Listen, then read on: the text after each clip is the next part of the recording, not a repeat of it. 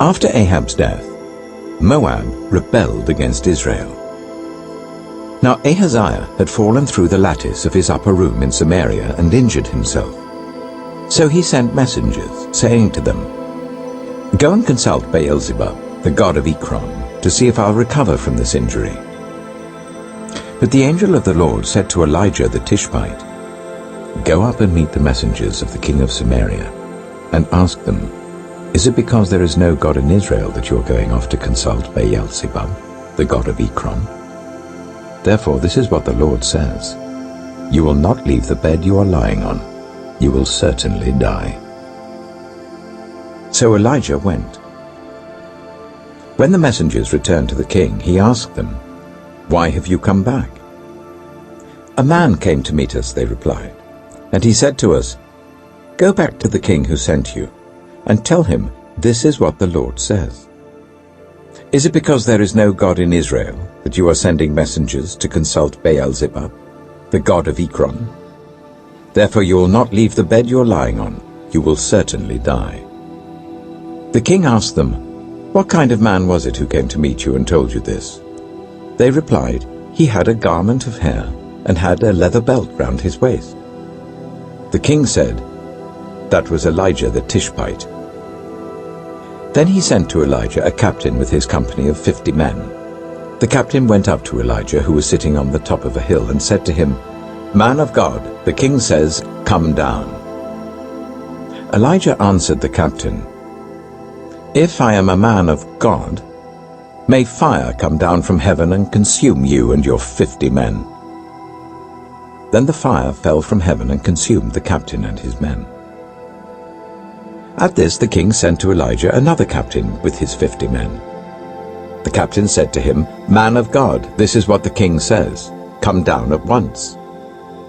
"If I am a man of God," Elijah replied, "may fire come down from heaven and consume you and your 50 men." Then the fire of God fell from heaven and consumed him and his 50 men. So the king sent a third captain with his 50 men.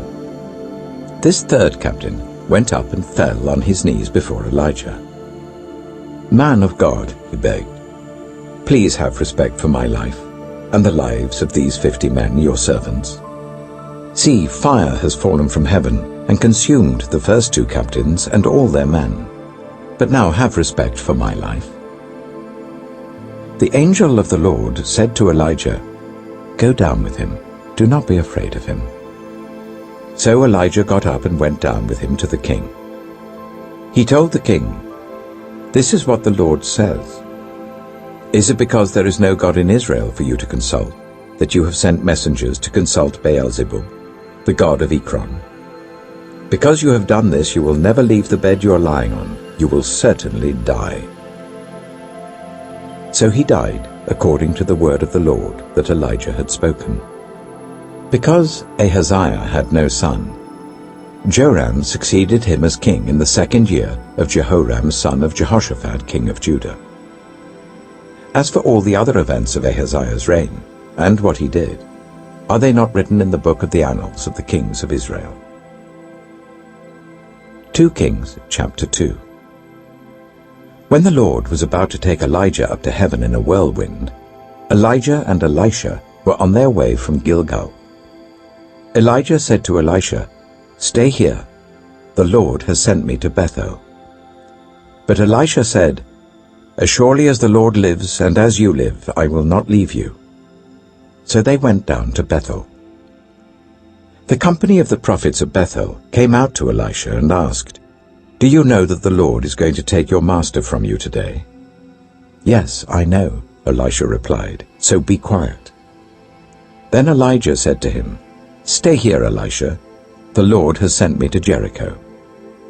And he replied, "As surely as the Lord lives and as you live, I will not leave you." So they went to Jericho. The company of the prophets at Jericho went up to Elisha and asked him, "Do you know that the Lord is going to take your master from you today?" "Yes, I know," he replied, "so be quiet." Then Elijah said to him, "Stay here. The Lord has sent me to the Jordan." And he replied, As surely as the Lord lives and as you live, I will not leave you." So the two of them walked on. 50 men from the company of the prophets went and stood at a distance, facing the place where Elijah and Elisha had stopped at the Jordan. Elijah took his cloak, rolled it up, and struck the water with it. The water divided to the right and to the left, and the two of them crossed over on dry ground. When they had crossed, Elijah said to Elisha, "Tell me, what can I do for you before I am taken from you?" "Let me inherit a double portion of your spirit," Elisha replied. "You have asked a difficult thing," Elijah said. "Yet, if you see me when I'm taken from you, it will be yours. Otherwise, it will not." As they were walking along and talking together, suddenly a chariot of fire and horses of fire appeared and separated the two of them, and Elijah went up to heaven in a whirlwind. Elisha saw this and cried out, my father, the chariots and horsemen of Israel!" And Elisha saw him no more. Then he took hold of his garment and tore it in two. Elisha then picked up Elijah's cloak that had fallen from him and went back and stood on the bank of the Jordan. He took the cloak that had fallen from Elijah and struck the water with it. "Where now is the Lord, the God of Elijah?" he asked. When he struck the water, it divided to the right and to the left, and he crossed over. The company of the prophets from Jericho who were watching said, "The spirit of Elijah is resting on Elisha." And they went to meet him and bowed to the ground before him. "Look," they said, "we your servants have 50 able men. Let them go and look for your master. Perhaps the Spirit of the Lord has picked him up and set him down on some mountain or in some valley." "No," Elisha replied, "do not send them." But they persisted until he was too embarrassed to refuse. So he said, "Send them." And they sent 50 men who searched for 3 days but did not find him. When they returned to Elisha, who was staying in Jericho, he said to them, "Didn't I tell you not to go?" The people of the city said to Elisha, "Look, our lord, this town is well situated, as you can see, but the water is bad and the land is unproductive. Bring me a new bowl," he said, "and put salt in it." So they brought it to him.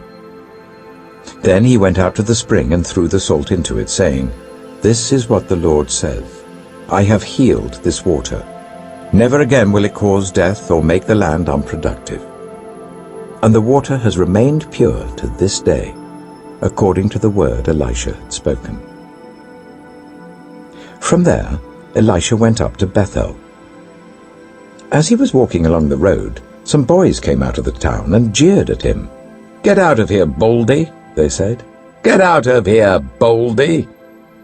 He turned round, looked at them, and called down a curse on them in the name of the Lord. Then 2 bears came out of the woods and mauled 42 of the boys. And he went on to Mount Carmel, and from there returned to Samaria. 2 Kings, chapter 3. Joram, son of Ahab, became king of Israel in Samaria in the 18th year of Jehoshaphat, king of Judah, and he reigned for 12 years. He did evil in the eyes of the Lord, but not as his father and mother had done. He got rid of the sacred stone of Baal that his father had made. Nevertheless, he clung to the sins of Jeroboam, son of Nebat, which he had caused Israel to commit. He did not turn away from them. Now Mesha, king of Moab, raised sheep, and he had to pay the king of Israel a tribute of 100,000 lambs and the wool of 100,000 rams. But after Ahab died, the king of Moab rebelled against the king of Israel. So at that time King Joram set out from Samaria and mobilized all Israel. He also sent this message to Jehoshaphat, king of Judah. "The king of Moab has rebelled against me. Will you go with me to fight against Moab?" "I will go with you," he replied. "I am as you are, my people as your people, my horses as your horses." "By what route shall we attack?" he asked. "Through the desert of Edom," he answered. So the king of Israel set out with the king of Judah and the king of Edom. After a roundabout march of 7 days, the army had no more water for themselves or for the animals with them. "What?" exclaimed the king of Israel. "Has the Lord called us 3 kings together, only to deliver us into the hands of Moab?" But Jehoshaphat asked, "Is there no prophet of the Lord here, through whom we may inquire of the Lord?" An officer of the king of Israel answered, "Elisha, son of Shaphat, is here. He used to pour water on the hands of Elijah." Jehoshaphat said, "The word of the Lord is with him." So the king of Israel and Jehoshaphat and the king of Edom went down to him. Elisha said to the king of Israel, "Why do you want to involve me? Go to the prophets of your father and the prophets of your mother." "No," the king of Israel answered, "because it was the Lord who called us 3 kings together to deliver us into the hands of Moab." Elisha said, "As surely as the Lord Almighty lives, whom I serve, if I did not have respect for the presence of Jehoshaphat, king of Judah, I would not pay any attention to you. But now, bring me a harpist." While the harpist was playing, the hand of the Lord came on Elisha, and he said, "This is what the Lord says. I will fill this valley with pools of water. For this is what the Lord says. You will see neither wind nor rain, yet this valley will be filled with water, and you, your cattle, and your other animals will drink. This is an easy thing in the eyes of the Lord. He will also deliver Moab into your hands. You will overthrow every fortified city and every major town. You will cut down every good tree, pluck up all the springs, and ruin every good field with stones." The next morning, about the time for offering the sacrifice, there it was, water flowing from the direction of Edom, and the land was filled with water. Now all the Moabites had heard that the kings had come to fight against them, so every man, young and old, who could bear arms, was called up and stationed on the border. When they got up early in the morning, the sun was shining on the water. To the Moabites across the way, the water looked red, like blood. "That's blood," they said. "Those kings must have fought and slaughtered each other. Now to the plunder, Moab." But when the Moabites came to the camp of Israel, the Israelites rose up and fought them until they fled, and the Israelites invaded the land and slaughtered the Moabites. They destroyed the towns, and each man threw a stone on every good field until it was covered.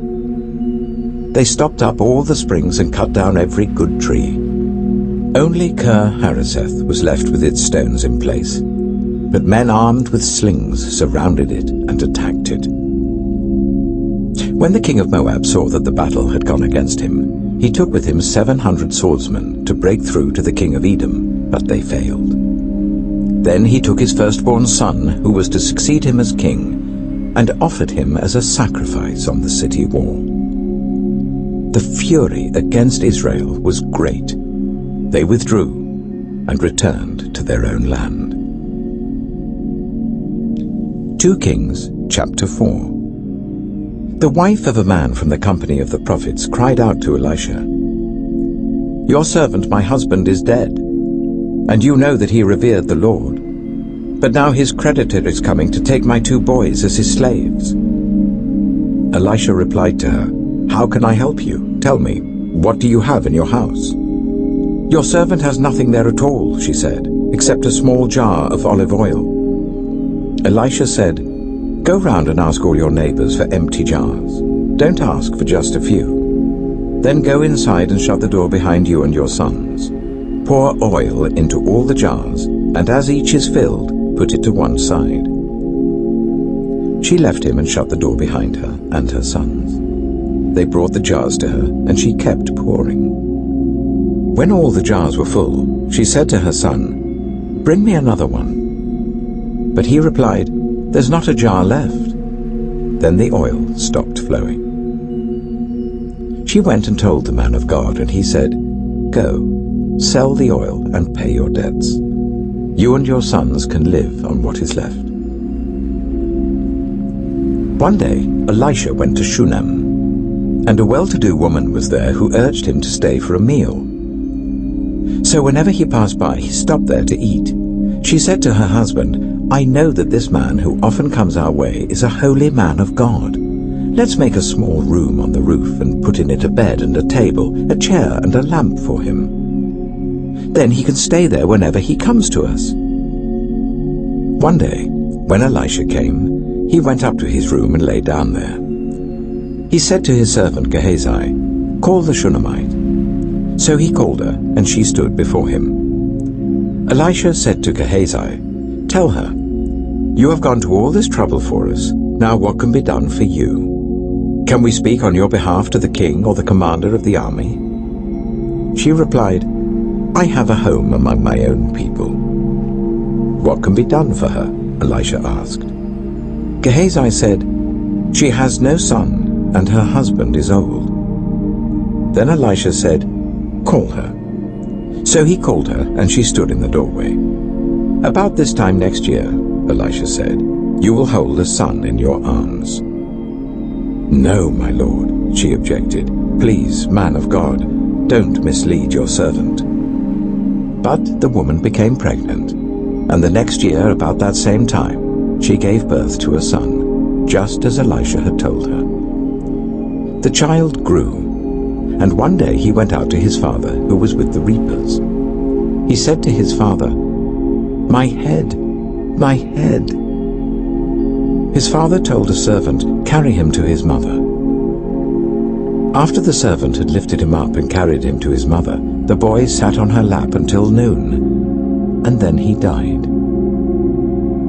She went up and laid him on the bed of the man of God, then shut the door and went out. She called her husband and said, "Please send me one of the servants and a donkey, so I can go to the man of God quickly and return." "Why go to him today?" he asked. "It's not the new moon or the Sabbath." "That's all right," she said. She saddled the donkey and said to her servant, "Lead on. Don't slow down for me unless I tell you." So she set out and came to the man of God at Mount Carmel.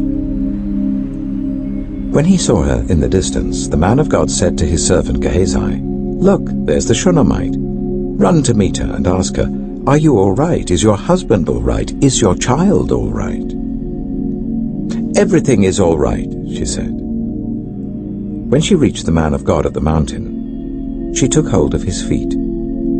Gehazi came over to push her away, but the man of God said, "Leave her alone. She is in bitter distress, but the Lord has hidden it from me and has not told me why." "Did I ask you for a son, my lord?" she said. "Didn't I tell you, don't raise my hopes?" Elisha said to Gehazi, "Tuck your cloak into your belt. Take my staff in your hand and run. Don't greet anyone you meet, and if anyone greets you, do not answer. Lay my staff on the boy's face." But the child's mother said, "As surely as the Lord lives and as you live, I will not leave you." So he got up and followed her. Gehazi went on ahead and laid the staff on the boy's face, but there was no sound or response. So Gehazi went back to meet Elisha and told him, "The boy has not awakened." When Elisha reached the house, there was the boy lying dead on his couch. He went in, shut the door on the two of them, and prayed to the Lord. Then he got on the bed and lay on the boy, mouth to mouth, eyes to eyes, hands to hands. As he stretched himself out on him, the boy's body grew warm. Elisha turned away and walked back and forth in the room, and then got onto the bed and stretched out on him once more. The boy sneezed 7 times and opened his eyes. Elisha summoned Gehazi and said, "Call the Shunammite," and he did. When she came, he said, "Take your son." She came in, fell at his feet and bowed to the ground. Then she took her son and went out. Elisha returned to Gilgal, and there was a famine in that region. While the company of the prophets was meeting with him, he said to his servant, "Put on the large pot and cook some stew for these prophets." One of them went out into the fields to gather herbs and found a wild gourd plant and picked as many of its gourds as his garment could hold. When he returned, he cut them up into the pot of stew, though no one knew what they were. The stew was poured out for the men, but as they began to eat it, they cried out, "Man of God, there is death in the pot!" And they could not eat it. Elisha said, "Get some flour." He put it into the pot and said, "Serve it to the people to eat."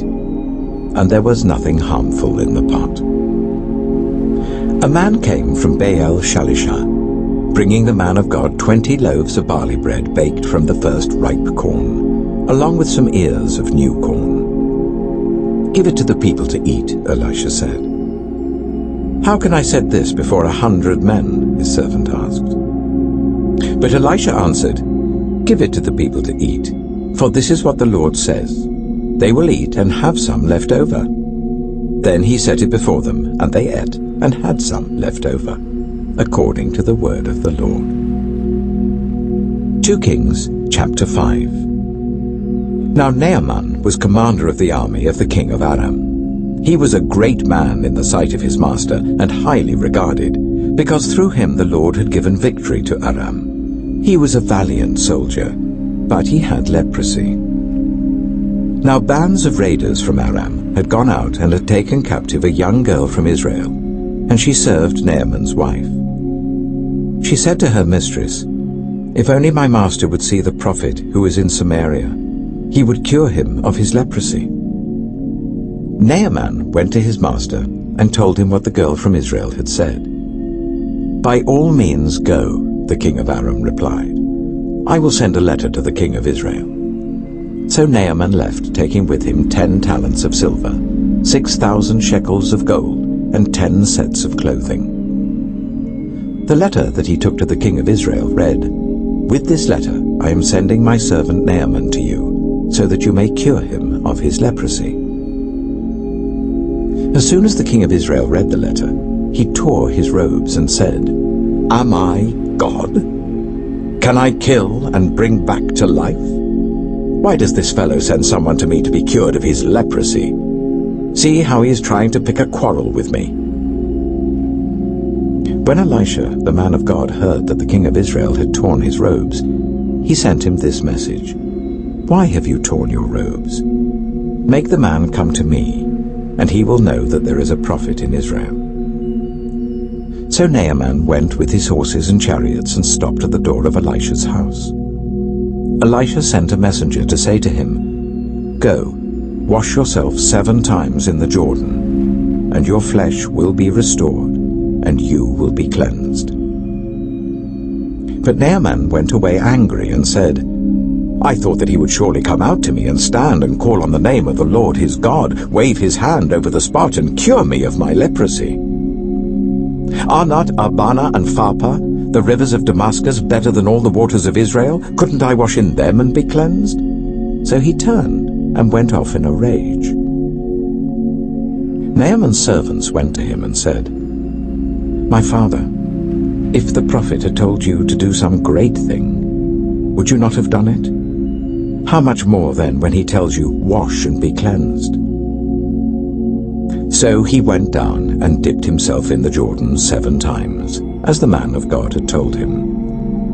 And his flesh was restored, and became clean like that of a young boy. Then Naaman and all his attendants went back to the man of God. He stood before him and said, "Now I know that there is no God in all the world except in Israel. So please accept a gift from your servant." The prophet answered, "As surely as the Lord lives whom I serve, I will not accept a thing." And even though Naaman urged him, he refused. "If you will not," said Naaman, "please let me, your servant, Be given as much earth as a pair of mules can carry, for your servant will never again make burnt offerings and sacrifices to any other god but the Lord. But may the Lord forgive your servant for this one thing. When my master enters the temple of Rimmon to bow down, and he is leaning on my arm, and I have to bow there also, when I bow down in the temple of Rimmon, may the Lord forgive your servant for this." "Go in peace," Elisha said. After Naaman had traveled some distance, Gehazi, the son of Elisha, the man of God, said to himself, "My master was too easy on Naaman, this Aramean, by not accepting from him what he brought. As surely as the Lord lives, I will run after him and get something from him." So Gehazi hurried after Naaman. When Naaman saw him running towards him, he got down from the chariot to meet him. "Is everything all right?" he asked. "Everything is all right," Gehazi answered. "My master sent me to say, 2 young men from the company of the prophets have just come to me from the hill country of Ephraim. Please give them a talent of silver and 2 sets of clothing." "By all means, take 2 talents," said Naaman. He urged Gehazi to accept them, and then tied up the 2 talents of silver in 2 bags with 2 sets of clothing. He gave them to 2 of his servants, and they carried them ahead of Gehazi. When Gehazi came to the hill, he took the things from the servants and put them away in the house. He sent the men away, and they left. When he went in and stood before his master, Elisha asked him, "Where have you been, Gehazi?" "Your servant didn't go anywhere," Gehazi answered. But Elisha said to him, "Was not my spirit with you when the man got down from his chariot to meet you? Is this the time to take money, or to accept clothes, or olive groves and vineyards, or flocks and herds, or male and female slaves? Naaman's leprosy will cling to you and your descendants forever." Then Gehazi went from Elisha's presence, and his skin was leprous. It had become as white as snow. 2 Kings chapter 6. The company of the prophets said to Elisha, "Look, the place where we meet with you is too small for us. Let us go to the Jordan, where each of us can get a pole, and let us build a place there for us to meet." And he said, "Go." Then one of them said, "Won't you please come with your servants?" "I will," Elisha replied, and he went with them. They went to the Jordan and began to cut down trees. As one of them was cutting down a tree, the iron axe head fell into the water. "Oh no, my lord," he cried out, "it was borrowed." The man of God asked, "Where did it fall?" When he showed him the place, Elisha cut a stick and threw it there, and made the iron float. "Lift it out," he said. Then the man reached out his hand and took it. Now the king of Aram was at war with Israel. After conferring with his officers, he said, "I will set up my camp in such and such a place." The man of God sent word to the king of Israel, "Beware of passing that place, because the Arameans are going down there." So the king of Israel checked on the place indicated by the man of God. Time and again Elisha warned the king, so that he was on his guard in such places. This enraged the king of Aram. He summoned his officers and demanded of them, "Tell me, which of us is on the side of the king of Israel?" "None of us, my lord the king," said one of his officers. "But Elisha the prophet who is in Israel tells the king of Israel the very words you speak in your bedroom." "Go, find out where he is," the king ordered, "so that I can send men and capture him."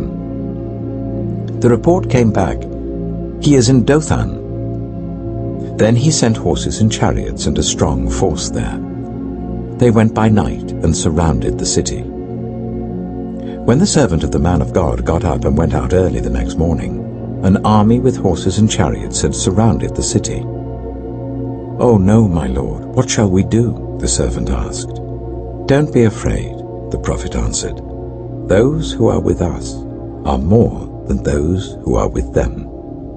And Elisha prayed, "Open his eyes, Lord, so that he may see." Then the Lord opened the servant's eyes, And he looked, and saw the hills full of horses and chariots of fire all round Elisha. As the enemy came down towards him, Elisha prayed to the Lord, "Strike this army with blindness." So he struck them with blindness, as Elisha had asked. Elisha told them, "This is not the road, and this is not the city. Follow me, and I will lead you to the man you are looking for." And he led them to Samaria. After they entered the city, Elisha said, "Lord, open the eyes of these men so that they can see." Then the Lord opened their eyes, and they looked, and there they were, inside Samaria. When the king of Israel saw them, he asked Elisha, "Shall I kill them, my father? Shall I kill them?" "Do not kill them," he answered. "Would you kill those you have captured with your own sword or bow? Set food and water before them, so that they may eat and drink and then go back to their master." So he prepared a great feast for them, and after they had finished eating and drinking, he sent them away, and they returned to their master. So the bands from Aram stopped raiding Israel's territory. Sometime later, Ben-Hadad, king of Aram, mobilized his entire army and marched up and laid siege to Samaria. There was a great famine in the city. The siege lasted so long that a donkey's head sold for 80 shekels of silver, and a quarter of a cab of seed pods for 5 shekels. As the king of Israel was passing by on the wall, a woman cried to him, "Help me, my lord the king." The king replied, "If the Lord does not help you, where can I get help for you? From the threshing floor, from the winepress?" Then he asked her, "What's the matter?" She answered, "This woman said to me, 'Give up your son, so that we may eat him today, and tomorrow we'll eat my son.' So we cooked my son and ate him. The next day I said to her, 'Give up your son, so that we may eat him.' But she had hidden him." When the king heard the woman's words, he tore his robes. As he went along the wall, the people looked, and they saw that under his robes he had sackcloth on his body. He said, "May God deal with me, be it ever so severely, if the head of Elisha, son of Shaphat, remains on his shoulders today." Now Elisha was sitting in his house, and the elders were sitting with him. The king sent a messenger ahead, but before he arrived, Elisha said to the elders, "Don't you see how this murderer is sending someone to cut off my head? Look, when the messenger comes, shut the door and hold it shut against him. Is not the sound of his master's footsteps behind him?" While he was still talking to them, the messenger came down to him. The king said, "This disaster is from the Lord. Why should I wait for the Lord any longer?" 2 Kings chapter 7. Elisha replied, "Hear the word of the Lord. This is what the Lord says. About this time tomorrow, a seah of the finest flour will sell for a shekel, and 2 seahs of barley for a shekel at the gate of Samaria." The officer on whose arm the king was leaning said to the man of God, "Look, even if the Lord should open the floodgates of the heavens, could this happen?" "You will see it with your own eyes," answered Elisha, "but you will not eat any of it." Now there were 4 men with leprosy at the entrance of the city gate. They said to each other, "Why stay here until we die? If we say we'll go into the city, the famine is there and we will die. And if we stay here, we will die. So let's go over to the camp of the Arameans and surrender. If they spare us, we live. If they kill us, then we die." At dusk they got up and went to the camp of the Arameans. When they reached the edge of the camp, no one was there, for the Lord had caused the Arameans to hear the sound of chariots and horses and a great army, so that they said to one another, "Look, the king of Israel has hired the Hittite and Egyptian kings to attack us." So they got up and fled in the dusk, and abandoned their tents and their horses and donkeys. They left the camp as it was and ran for their lives. The men who had leprosy reached the edge of the camp, entered one of the tents, and ate and drank. Then they took silver, gold, and clothes and went off and hid them. They returned and entered another tent and took some things from it and hid them also. Then they said to each other, "What we're doing is not right. This is a day of good news and we're keeping it to ourselves. If we wait until daylight, punishment will overtake us. Let's go at once and report this to the royal palace." So they went and called out to the city gatekeepers and told them, "We went into the Aramean camp, and no one was there, not a sound of anyone. Only tethered horses and donkeys, and the tents left just as they were." The gatekeepers shouted the news, and it was reported within the palace. The king got up in the night and said to his officers, "I will tell you what the Arameans have done to us. They know we are starving, so they have left the camp to hide in the countryside, thinking they will surely come out, and then we will take them alive and get into the city." One of his officers answered, "Make some men take 5 of the horses that are left in the city. Their plight will be like that of all the Israelites left here. Yes, they will only be like all these Israelites who are doomed. So let us send them to find out what happened." So they selected 2 chariots with their horses, and the king sent them after the Aramean army. He commanded the drivers, "Go and find out what has happened." They followed them as far as the Jordan, and they found the whole road strewn with the clothing and equipment the Arameans had thrown away in their headlong flight. So the messengers returned and reported to the king. Then the people went out and plundered the camp of the Arameans.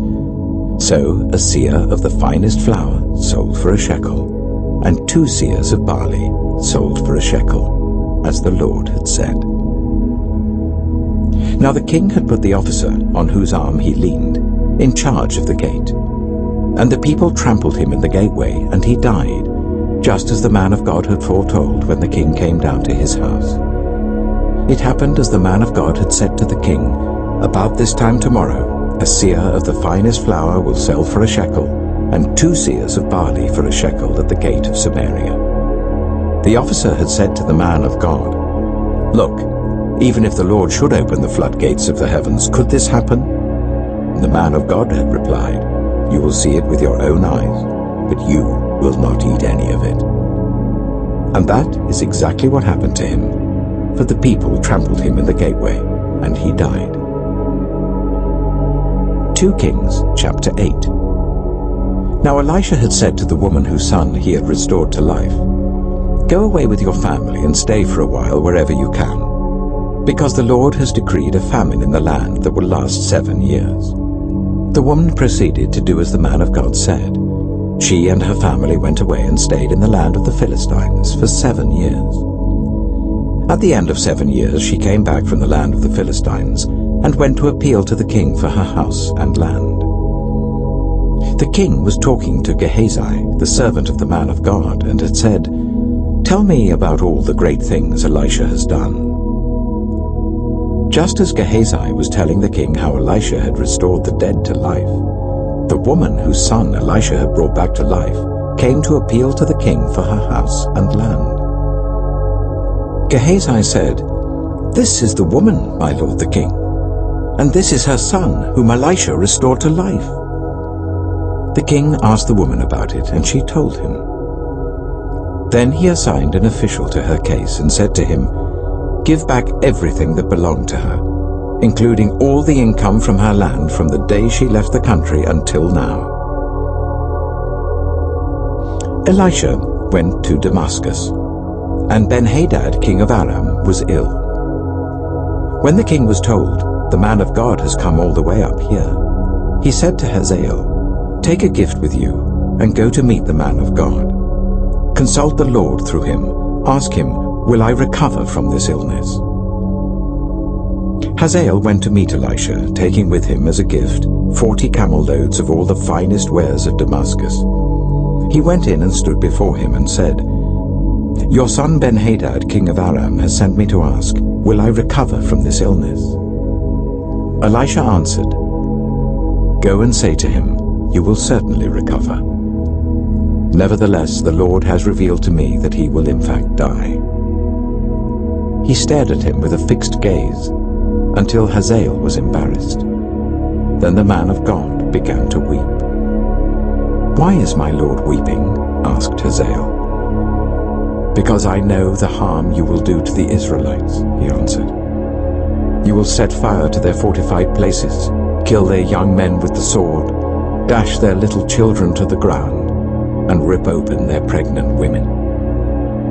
Hazael said, "How could your servant, a mere dog, accomplish such a feat?" "The Lord has shown me that you will become king of Aram," answered Elisha.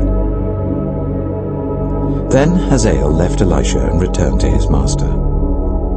When Ben-Hadad asked, "What did Elisha say to you?" Hazael replied, "He told me that you would certainly recover." But the next day he took a thick cloth, soaked it in water, and spread it over the king's face so that he died. Then Hazael succeeded him as king.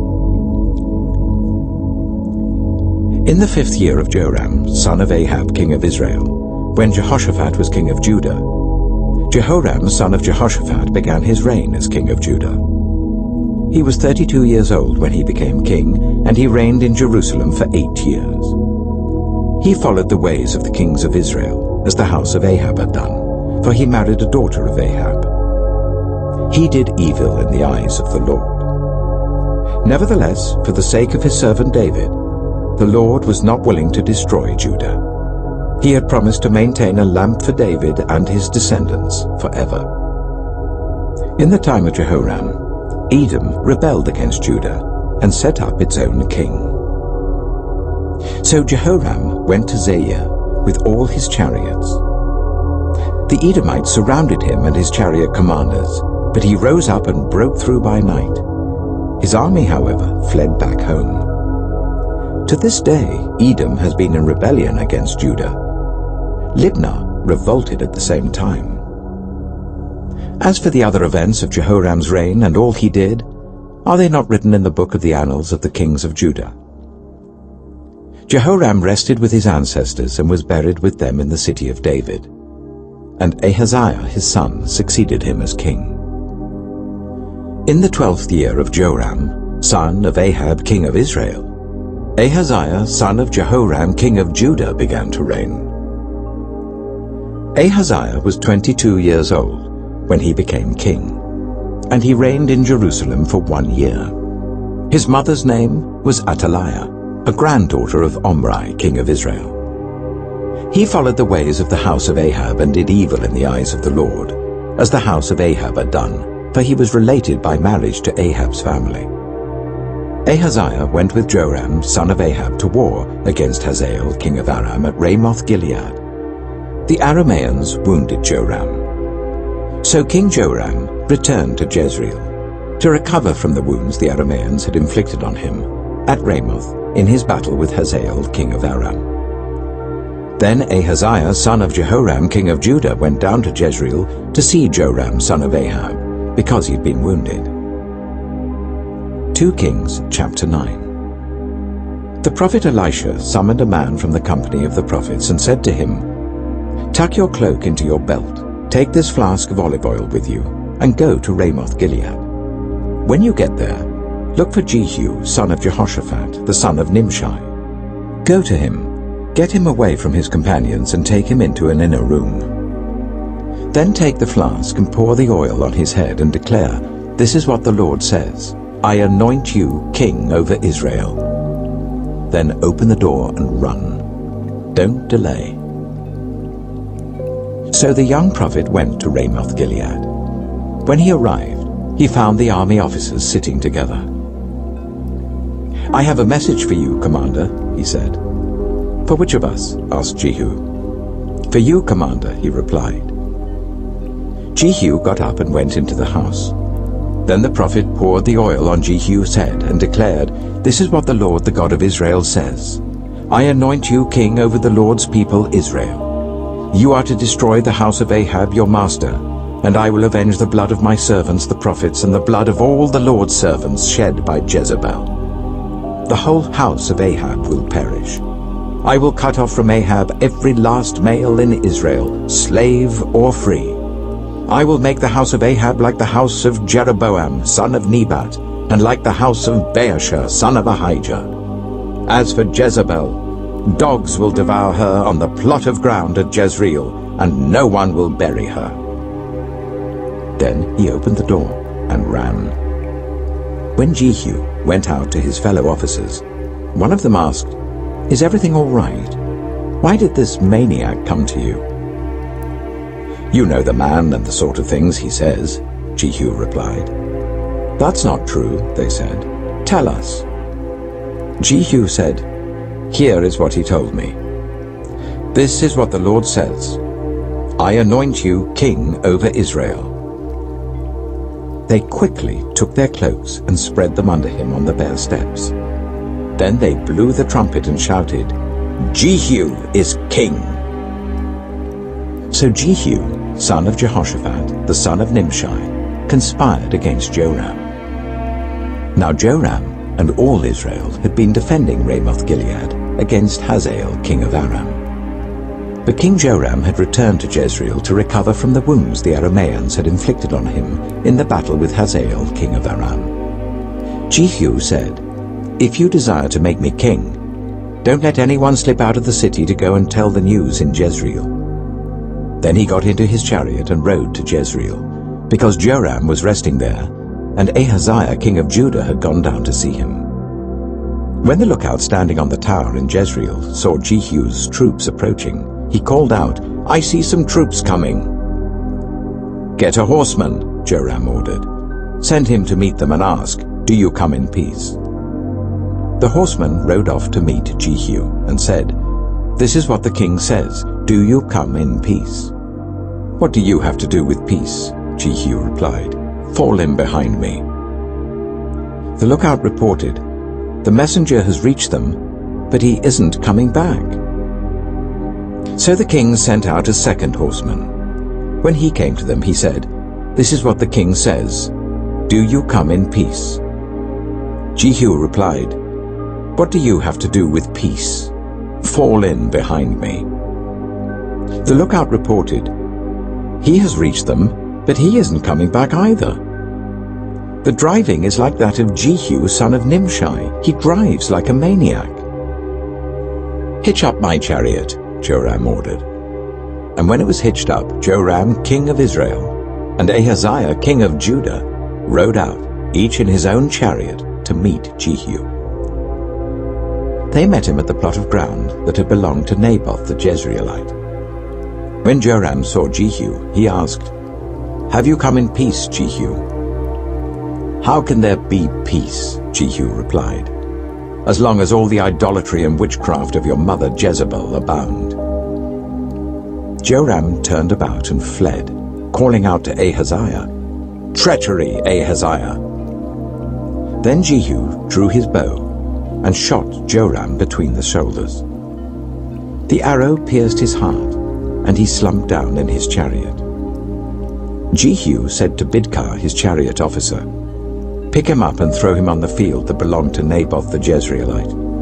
Remember how you and I were riding together in chariots behind Ahab his father, when the Lord spoke this prophecy against him? Yesterday I saw the blood of Naboth and the blood of his sons, declares the Lord, and I will surely make you pay for it on this plot of ground, declares the Lord.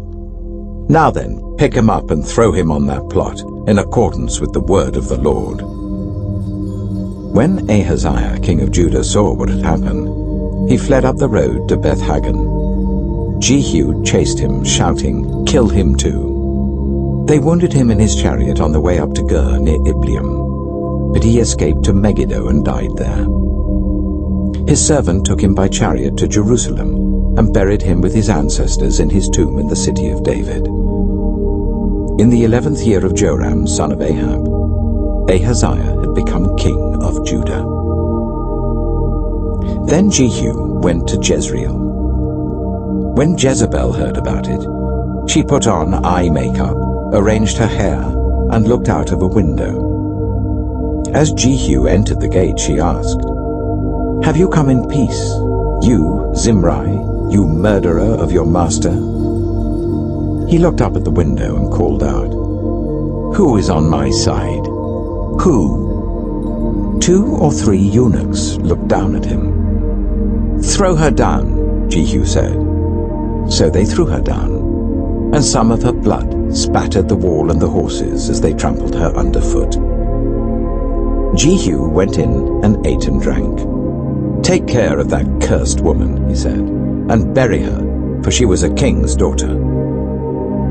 But when they went out to bury her, they found nothing except her skull, her feet, and her hands. They went back and told Jehu, who said, "This is the word of the Lord that he spoke through his servant Elijah the Tishbite. On the plot of ground at Jezreel, dogs will devour Jezebel's flesh. Jezebel's body will be like dung on the ground in the plot at Jezreel, so that no one will be able to say, 'This is Jezebel.'" 2 Kings chapter 10. Now there were in Samaria 70 sons of the house of Ahab. So Jehu wrote letters and sent them to Samaria, to the officials of Jezreel, to the elders and to the guardians of Ahab's children. He said, "You have your master's sons with you, and you have chariots and horses, a fortified city and weapons. Now as soon as this letter reaches you, choose the best and most worthy of your master's sons and set him on his father's throne. Then fight for your master's house." But they were terrified and said, "If 2 kings could not resist him, how can we?" So the palace administrator, the city governor, the elders, and the guardians sent this message to Jehu. "We are your servants, and we will do anything you say. We will not appoint anyone as king. You do whatever you think best." Then Jehu wrote them a second letter, saying, "If you are on my side and will obey me, take the heads of your master's sons and come to me in Jezreel by this time tomorrow." Now the royal princes, 70 of them, were with the leading men of the city who were bringing them up. When the letter arrived, these men took the princes and slaughtered all 70 of them. They put their heads in baskets and sent them to Jehu in Jezreel. When the messenger arrived, he told Jehu, "They have brought the heads of the princes." Then Jehu ordered, "Put them in 2 piles at the entrance of the city gate until morning." The next morning Jehu went out. He stood before all the people and said, "You are innocent. It was I who conspired against my master and killed him. But who killed all these? Know then that not a word the Lord has spoken against the house of Ahab will fail. The Lord has done what he announced through his servant Elijah." So Jehu killed everyone in Jezreel who remained of the house of Ahab, as well as all his chief men, his close friends, and his priests, leaving him no survivor. Jehu then set out and went toward Samaria. At Beth-eked of the shepherds, he met some relatives of Ahaziah, king of Judah, and asked, "Who are you?" They said, "We are relatives of Ahaziah, and we have come down to greet the families of the king and of the queen mother." "Take them alive," he ordered. So they took them alive and slaughtered them by the well of Beth-eked, 42 of them. He left no survivor. After he left there, he came upon Jehonadab, son of Rechab, who was on his way to meet him. Jehu greeted him and said, "Are you in accord with me, as I am with you?" "I am," Jehonadab answered. "If so," said Jehu, "give me your hand." So he did, and Jehu helped him up into the chariot. Jehu said, "Come with me and see my zeal for the Lord." Then he made him ride in his chariot. When Jehu came to Samaria, he killed all who were left there of Ahab's family. He destroyed them, according to the word of the Lord spoken to Elijah.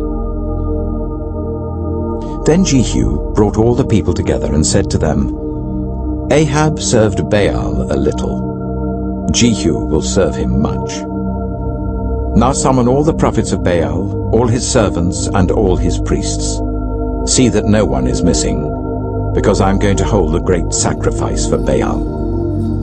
Anyone who fails to come will no longer live." But Jehu was acting deceptively in order to destroy the servants of Baal. Jehu said, "Call an assembly in honor of Baal." So they proclaimed it. Then he sent word throughout Israel, and all the servants of Baal came. Not one stayed away. They crowded into the temple of Baal until it was full from one end to the other. And Jehu said to the keeper of the wardrobe, "Bring robes for all the servants of Baal." So he brought out robes for them. Then Jehu and Jehonadab son of Rechab went into the temple of Baal. Jehu said to the servants of Baal, "Look around and see that no one who serves the Lord is here with you, only servants of Baal." So they went in to make sacrifices and burnt offerings. Now Jehu had posted 80 men outside with this warning: "If one of you lets any of the men I am placing in your hands escape, it will be your life for his life." As soon as Jehu had finished making the burnt offering, he ordered the guards and officers, "Go in and kill them. Let no one escape." So they cut them down with the sword. The guards and officers threw the bodies out and then entered the inner shrine of the temple of Baal. They brought the sacred stone out of the temple of Baal and burned it. They demolished the sacred stone of Baal and tore down the temple of Baal, and people have used it for a latrine to this day. So Jehu destroyed Baal worship in Israel. However, he did not turn away from the sins of Jeroboam son of Nebat, which he had caused Israel to commit, the worship of the golden calves at Bethel and Dan. The Lord said to Jehu, "Because you have done well in accomplishing what is right in my eyes, and have done to the house of Ahab all I had in mind to do, your descendants will sit on the throne of Israel to the 4th generation." Yet Jehu was not careful to keep the law of the Lord, the God of Israel, with all his heart. He did not turn away from the sins of Jeroboam, which he had caused Israel to commit. In those days, the Lord began to reduce the size of Israel. Hazael overpowered the Israelites throughout their territory east of the Jordan in all the land of Gilead, the region of Gad, Reuben, and Manasseh, from Aroer by the Arnon Gorge through Gilead to Bashan. As for the other events of Jehu's reign, all he did and all his achievements, are they not written in the book of the annals of the kings of Israel? Jehu rested with his ancestors and was buried in Samaria, and Jehoahaz his son succeeded him as king. The time that Jehu reigned over Israel in Samaria was 28 years. 2 Kings chapter 11. When Athaliah, the mother of Ahaziah, saw that her son was dead, she proceeded to destroy the whole royal family. But Jehosheba, the daughter of King Jehoram and sister of Ahaziah, took Joash son of Ahaziah and stole him away from among the royal princes who were about to be murdered. She put him and his nurse in a bedroom to hide him from Athaliah, so he was not killed. He remained hidden with his nurse at the temple of the Lord for 6 years, while Athaliah ruled the land. In the 7th year, Jehoiada sent for the commanders of units of 100, the Kerites and the guards, and had them brought to him at the temple of the Lord. He made a covenant with them and put them under oath at the temple of the Lord. Then he showed them the king's son. He commanded them, saying, "This is what you are to do. You, who are in the 3 companies that are going on duty on the Sabbath, a third of you guarding the royal palace, a third at the Shur gate, and a third at the gate behind the guard, who take turns guarding the temple, and you who are in the other 2 companies that normally go off Sabbath duty, are all to guard the temple for the king. Station yourselves round the king, each of you with weapon in hand.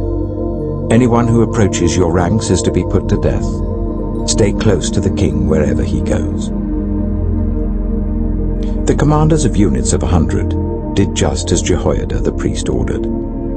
Each one took his men, those who were going on duty on the Sabbath, and those who were going off duty, and came to Jehoiada the priest. Then he gave the commanders the spears and shields that had belonged to King David, and that were in the temple of the Lord. The guards, each with weapon in hand, stationed themselves round the king, near the altar and the temple, from the south side to the north side of the temple. Jehoiada brought out the king's son and put the crown on him. He presented him with a copy of the covenant and proclaimed him king. They anointed him, and the people clapped their hands and shouted, "Long live the king." When Athaliah heard the noise made by the guards and the people, she went to the people at the temple of the Lord. She looked, and there was the king, standing by the pillar as the custom was. The officers and the trumpeters were beside the king, and all the people of the land were rejoicing and blowing trumpets. Then Athaliah tore her robes and called out, "Treason! Treason!" Jehoiada the priest ordered the commanders of units of 100 who were in charge of the troops, "Bring her out between the ranks and put to the sword anyone who follows her." For the priest had said, "She must not be put to death in the temple of the Lord." So they seized her as she reached the place where the horses enter the palace grounds, and there she was put to death. Jehoiada then made a covenant between the Lord and the king and people, that they would be the Lord's people. He also made a covenant between the king and the people. All the people of the land went to the temple of Baal and tore it down. They smashed the altars and idols to pieces, and killed Mattan, the priest of Baal, in front of the altars. Then Jehoiada the priest posted guards at the temple of the Lord. He took with him the commanders of hundreds, the Kerites, the guards, and all the people of the land, and together they brought the king down from the temple of the Lord, and went into the palace, entering by way of the gate of the guards. The king then took his place on the royal throne. All the people of the land rejoiced, and the city was calm, because Athaliah had been slain with the sword at the palace. Joash was 7 years old when he began his reign. 2 Kings chapter 12. In the 7th year of Jehu, Joash became king, and he reigned in Jerusalem for 40 years. His mother's name was Zibiah. She was from Beersheba. Joash did what was right in the eyes of the Lord all the years Jehoiada the priest instructed him. The high places, however, were not removed. The people continued to offer sacrifices and burn incense there. Joash said to the priests, "Collect all the money that is brought as sacred offerings to the temple of the Lord, the money collected in the census, the money received from personal vows, and the money brought voluntarily to the temple. Let every priest receive the money from one of the treasurers, then use it to repair whatever damage is found in the temple." But by the 23rd year of King Joash, the priests still had not repaired the temple. Therefore King Joash summoned Jehoiada the priest and the other priests and asked them, "Why aren't you repairing the damage done to the temple? Take no more money from your treasurers, but hand it over for repairing the temple." The priests agreed that they would not collect any more money from the people, and that they would not repair the temple themselves. Jehoiada the priest took a chest and bored a hole in its lid. He placed it beside the altar on the right side as one enters the temple of the Lord. The priests who guarded the entrance put into the chest all the money that was brought to the temple of the Lord. Whenever they saw that there was a large amount of money in the chest, the royal secretary and the high priest came, counted the money that had been brought into the temple of the Lord, and put it into bags. When the amount had been determined, they gave the money to the men appointed to supervise the work on the temple. With it, they paid those who worked on the temple of the Lord, the carpenters and builders, the masons and stone cutters. They purchased timber and blocks of dressed stone for the repair of the temple of the Lord, and met all the other expenses of restoring the temple. The money brought into the temple was not spent for making silver basins, wick trimmers, sprinkling bowls, trumpets, or any other articles of gold or silver for the temple of the Lord. It was paid to the workers, who used it to repair the temple. They did not require an accounting from those to whom they gave the money to pay the workers, because they acted with complete honesty. The money from the guilt offerings and sin offerings was not brought into the temple of the Lord. It belonged to the priests. About this time, Hazael, king of Aram, went up and attacked Gath and captured it.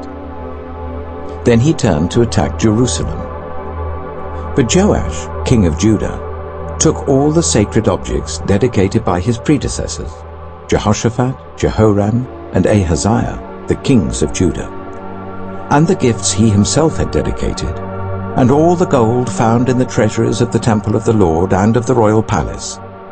And he sent them to Hazael, king of Aram, who then withdrew from Jerusalem. As for the other events of the reign of Joash and all he did, are they not written in the book of the annals of the kings of Judah? His officials conspired against him and assassinated him at Beth Millo on the road down to Silla. The officials who murdered him were Jozabad, son of Shimeath, and Jehozabad, son of Shomer. He died and was buried with his ancestors in the city of David, and Amaziah his son succeeded him as king.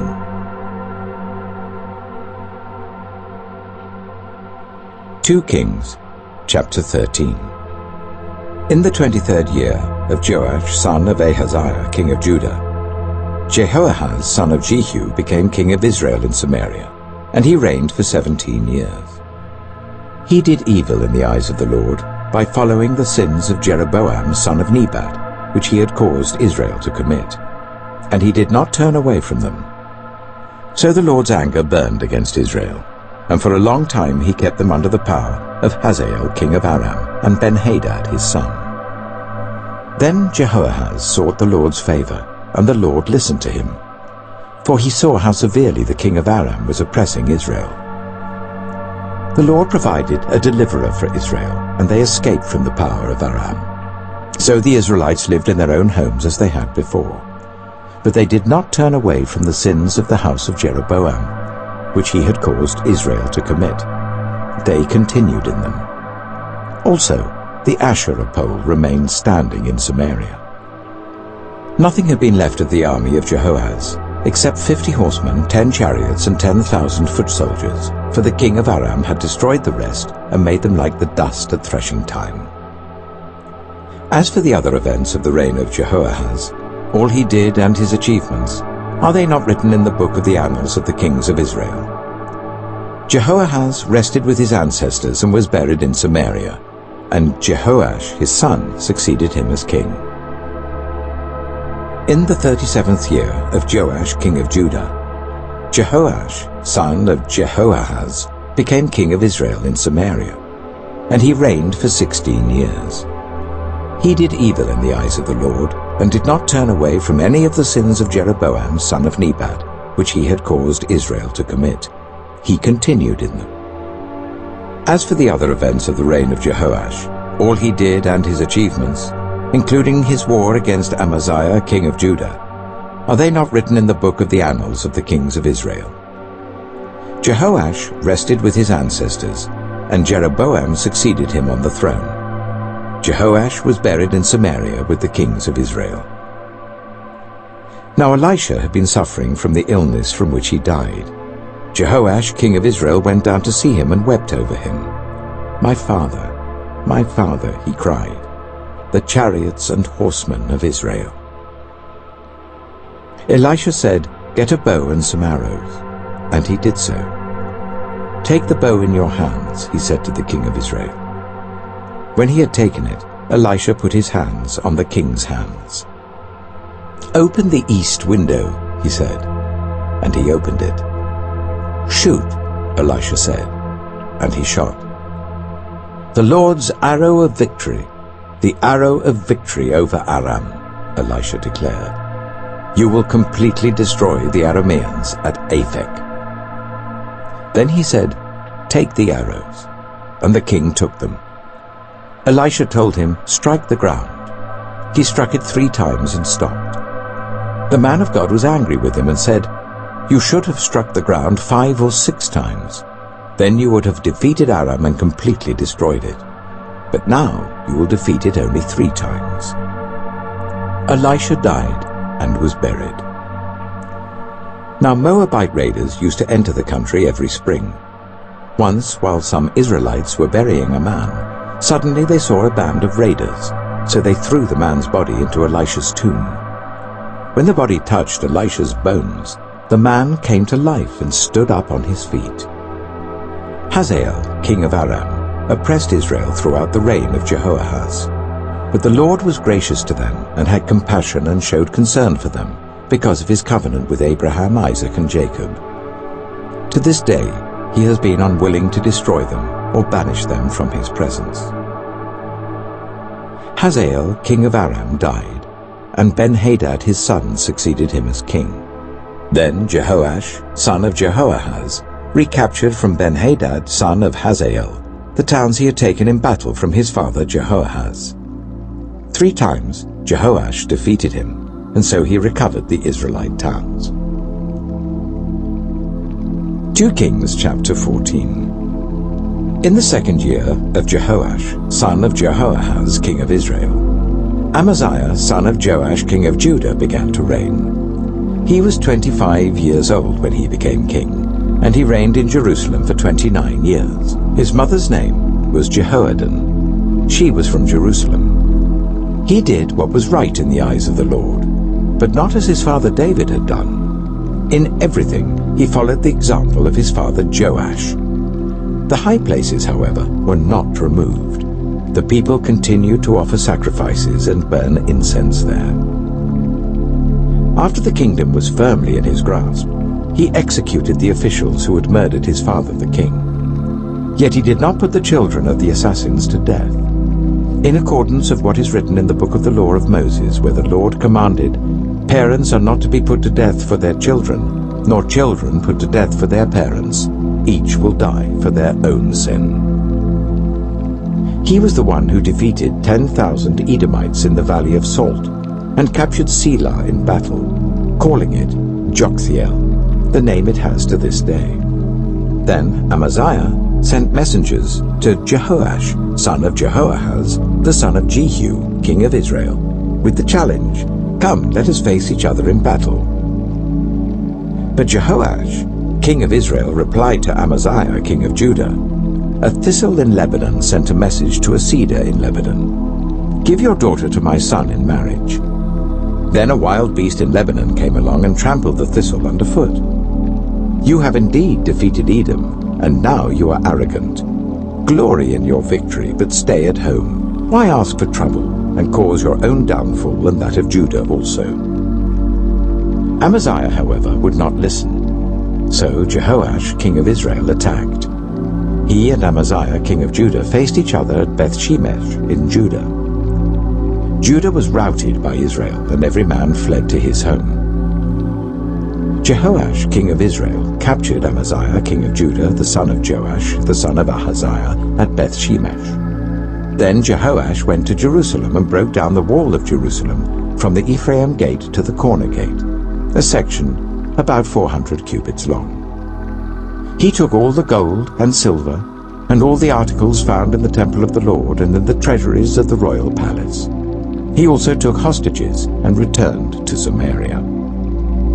As for the other events of the reign of Jehoash, what he did and his achievements, including his war against Amaziah, king of Judah, are they not written in the book of the annals of the kings of Israel? Jehoash rested with his ancestors and was buried in Samaria with the kings of Israel, and Jeroboam his son succeeded him as king. Amaziah, son of Joash, king of Judah, lived for 15 years after the death of Jehoash, son of Jehoahaz, king of Israel. As for the other events of Amaziah's reign, are they not written in the book of the annals of the kings of Judah? They conspired against him in Jerusalem, and he fled to Lachish. But they sent men after him to Lachish and killed him there.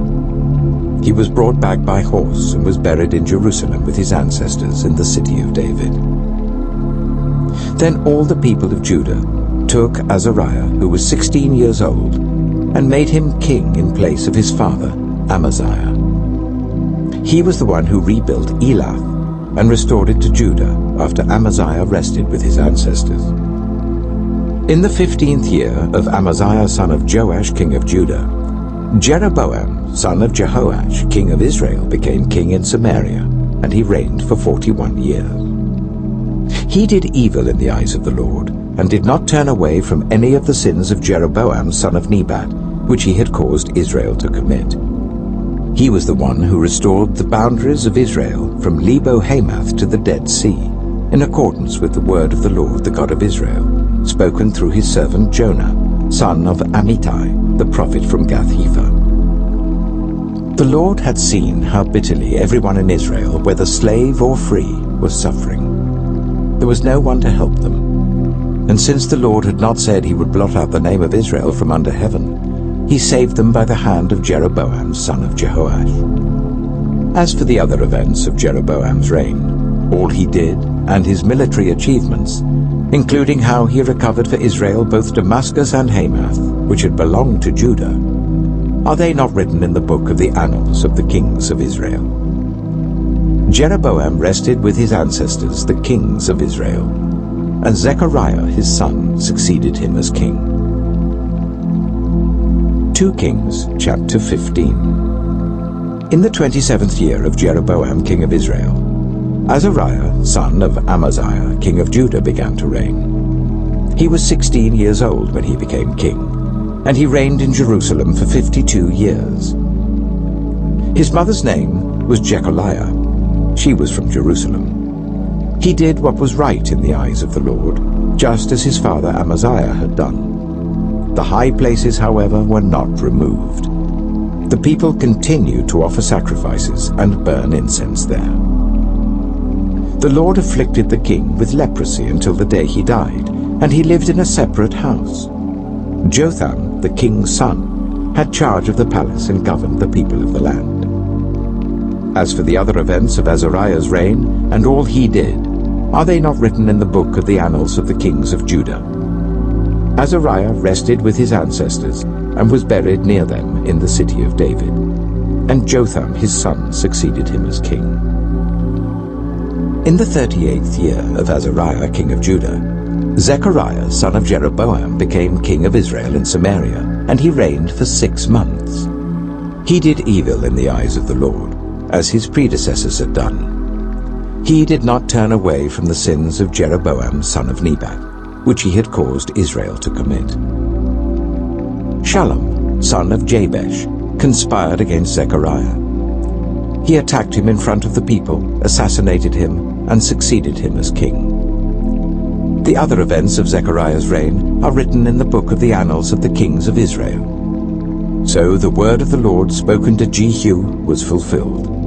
Your descendants will sit on the throne of Israel to the 4th generation.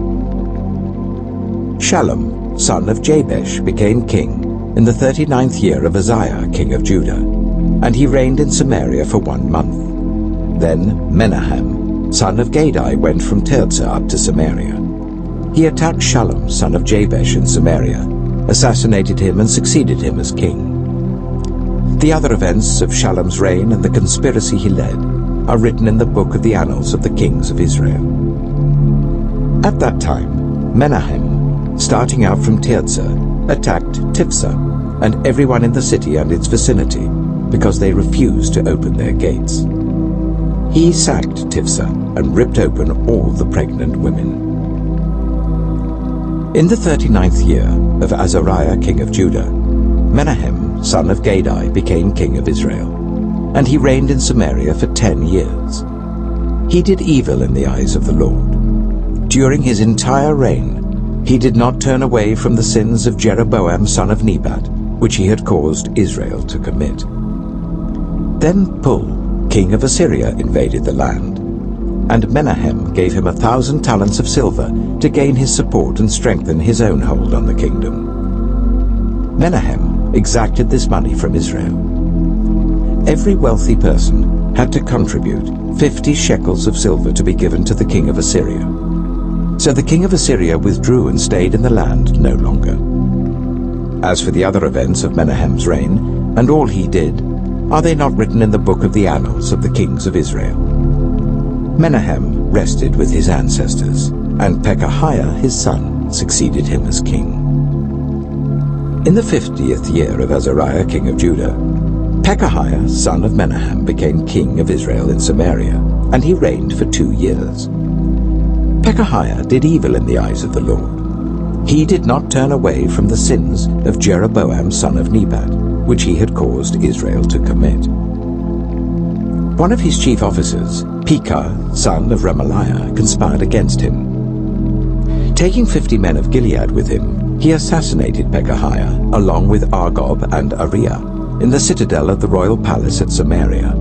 So Pekah killed Pekahiah and succeeded him as king. The other events of Pekahiah's reign and all he did are written in the book of the annals of the kings of Israel. In the 52nd year of Azariah king of Judah, Pekah son of Remaliah became king of Israel in Samaria, and he reigned for 20 years. He did evil in the eyes of the Lord. He did not turn away from the sins of Jeroboam son of Nebat, which he had caused Israel to commit. In the time of Pekah king of Israel, Tiglath-Pileser king of Assyria came and took Ijon, Abel-Beth-Maachah, Jano, Kedesh, and Hazor. He took Gilead and Galilee, including all the land of Naphtali, and deported the people to Assyria. Then Hoshea, son of Elah, conspired against Pekah, son of Remaliah. He attacked and assassinated him, and then succeeded him as king in the 20th year of Jotham, son of Uzziah. As for the other events of Pekah's reign and all he did, are they not written in the book of the annals of the kings of Israel? In the 2nd year of Pekah, son of Remaliah, king of Israel, Jotham, son of Uzziah, king of Judah, began to reign. He was 25 years old when he became king, and he reigned in Jerusalem for 16 years. His mother's name was Jerusha, daughter of Zadok.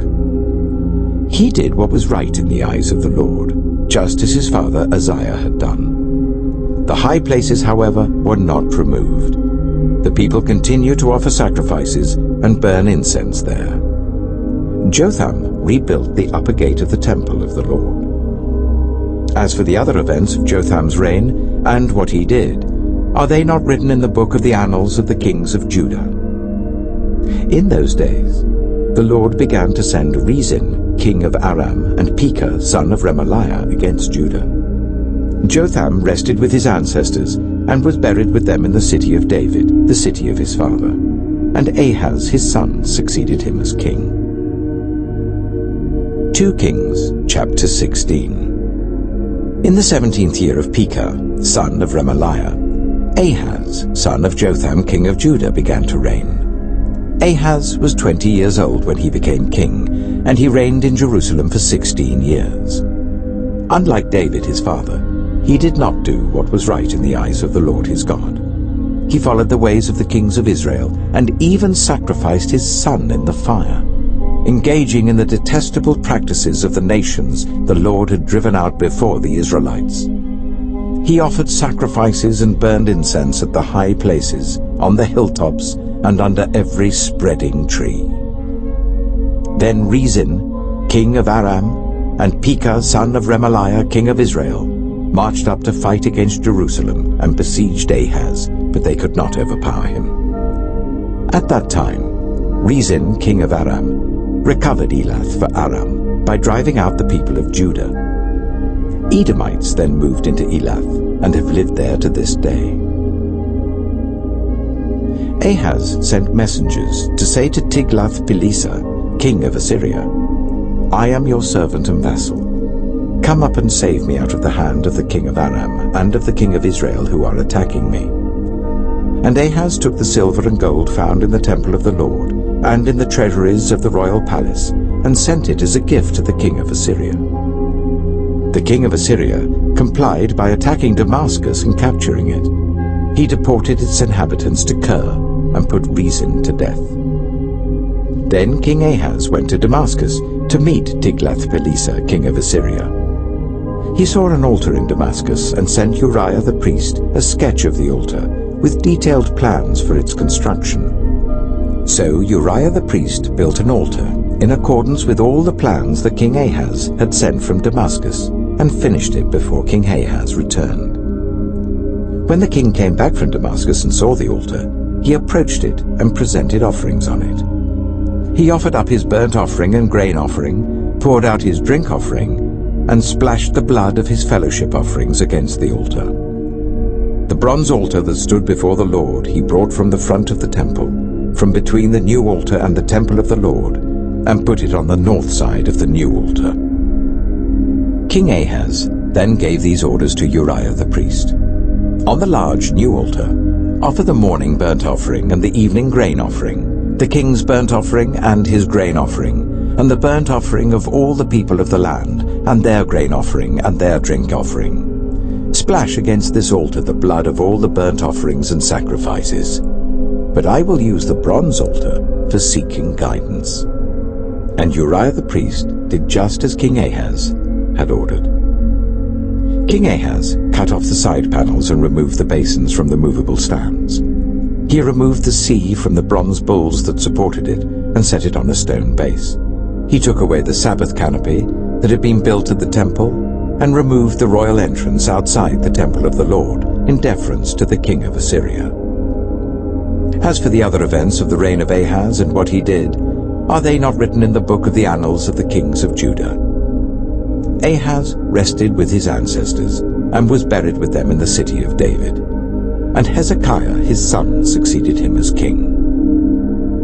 2 Kings chapter 17. In the 12th year of Ahaz king of Judah, Hoshea son of Elah became king of Israel in Samaria, and he reigned for 9 years.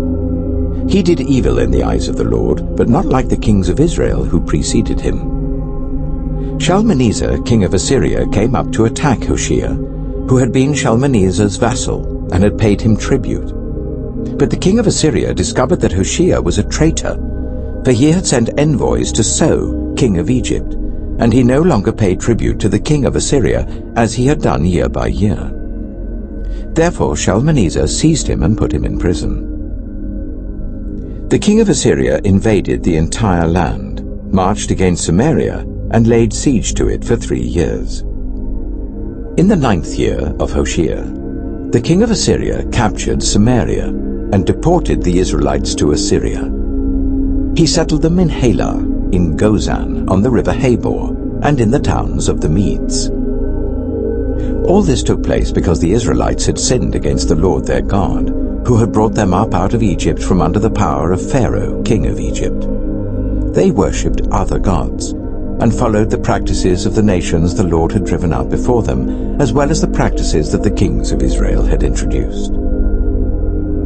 The Israelites secretly did things against the Lord their God that were not right. From watchtower to fortified city, they built themselves high places in all their towns. They set up sacred stones and Asherah poles on every high hill and under every spreading tree. At every high place they burned incense, as the nations whom the Lord had driven out before them had done. They did wicked things that aroused the Lord's anger. They worshipped idols, though the Lord had said, "You shall not do this."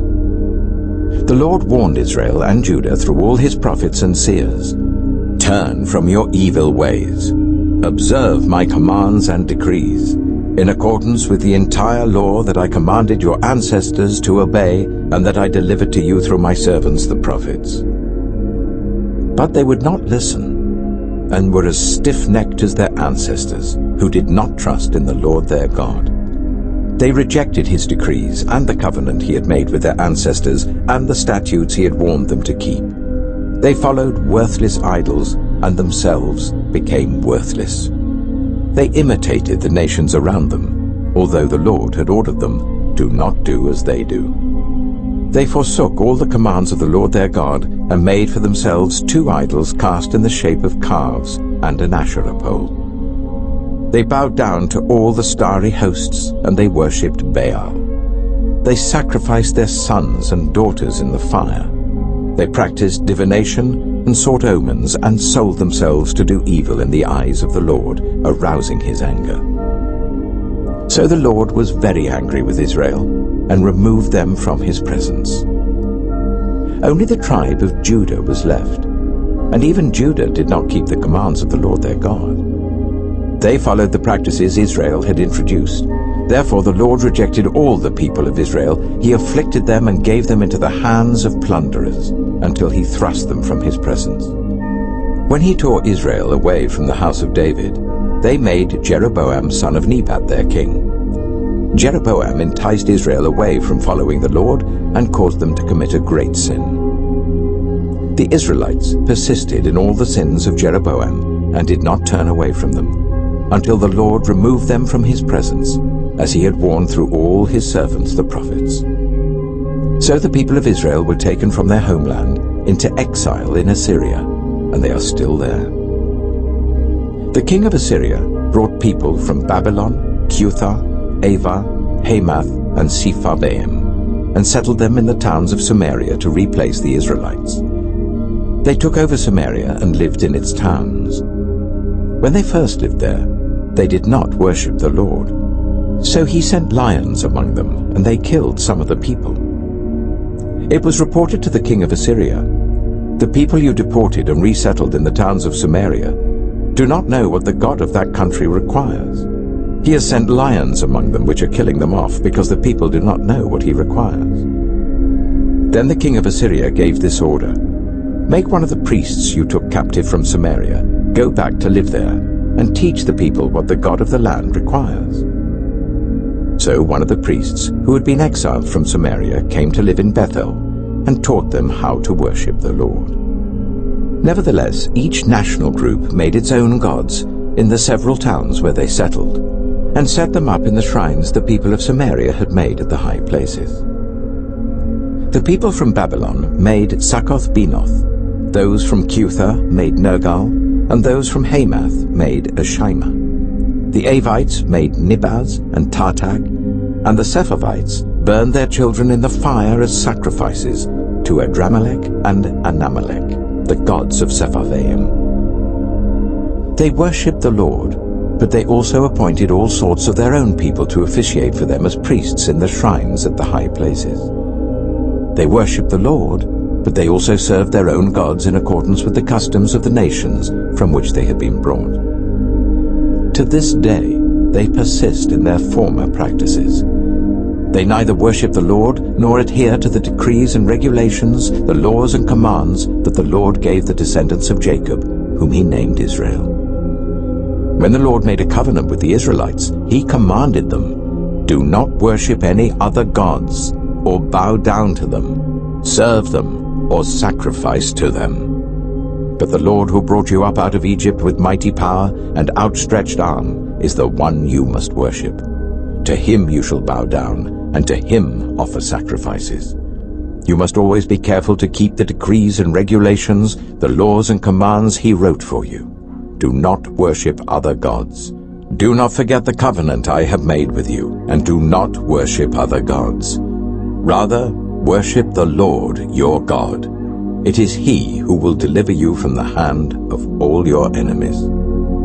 They would not listen, however, but persisted in their former practices. Even while these people were worshipping the Lord, they were serving their idols. To this day, their children and grandchildren continue to do as their ancestors did. 2 Kings chapter 18. In the 3rd year of Hoshea son of Elah, king of Israel, Hezekiah son of Ahaz, king of Judah, began to reign. He was 25 years old when he became king, and he reigned in Jerusalem for 29 years. His mother's name was Abijah, daughter of Zechariah. He did what was right in the eyes of the Lord, just as his father David had done. He removed the high places, smashed the sacred stones, and cut down the Asherah poles. He broke into pieces the bronze snake Moses had made, for up to that time the Israelites had been burning incense to it. It was called Nehushtan.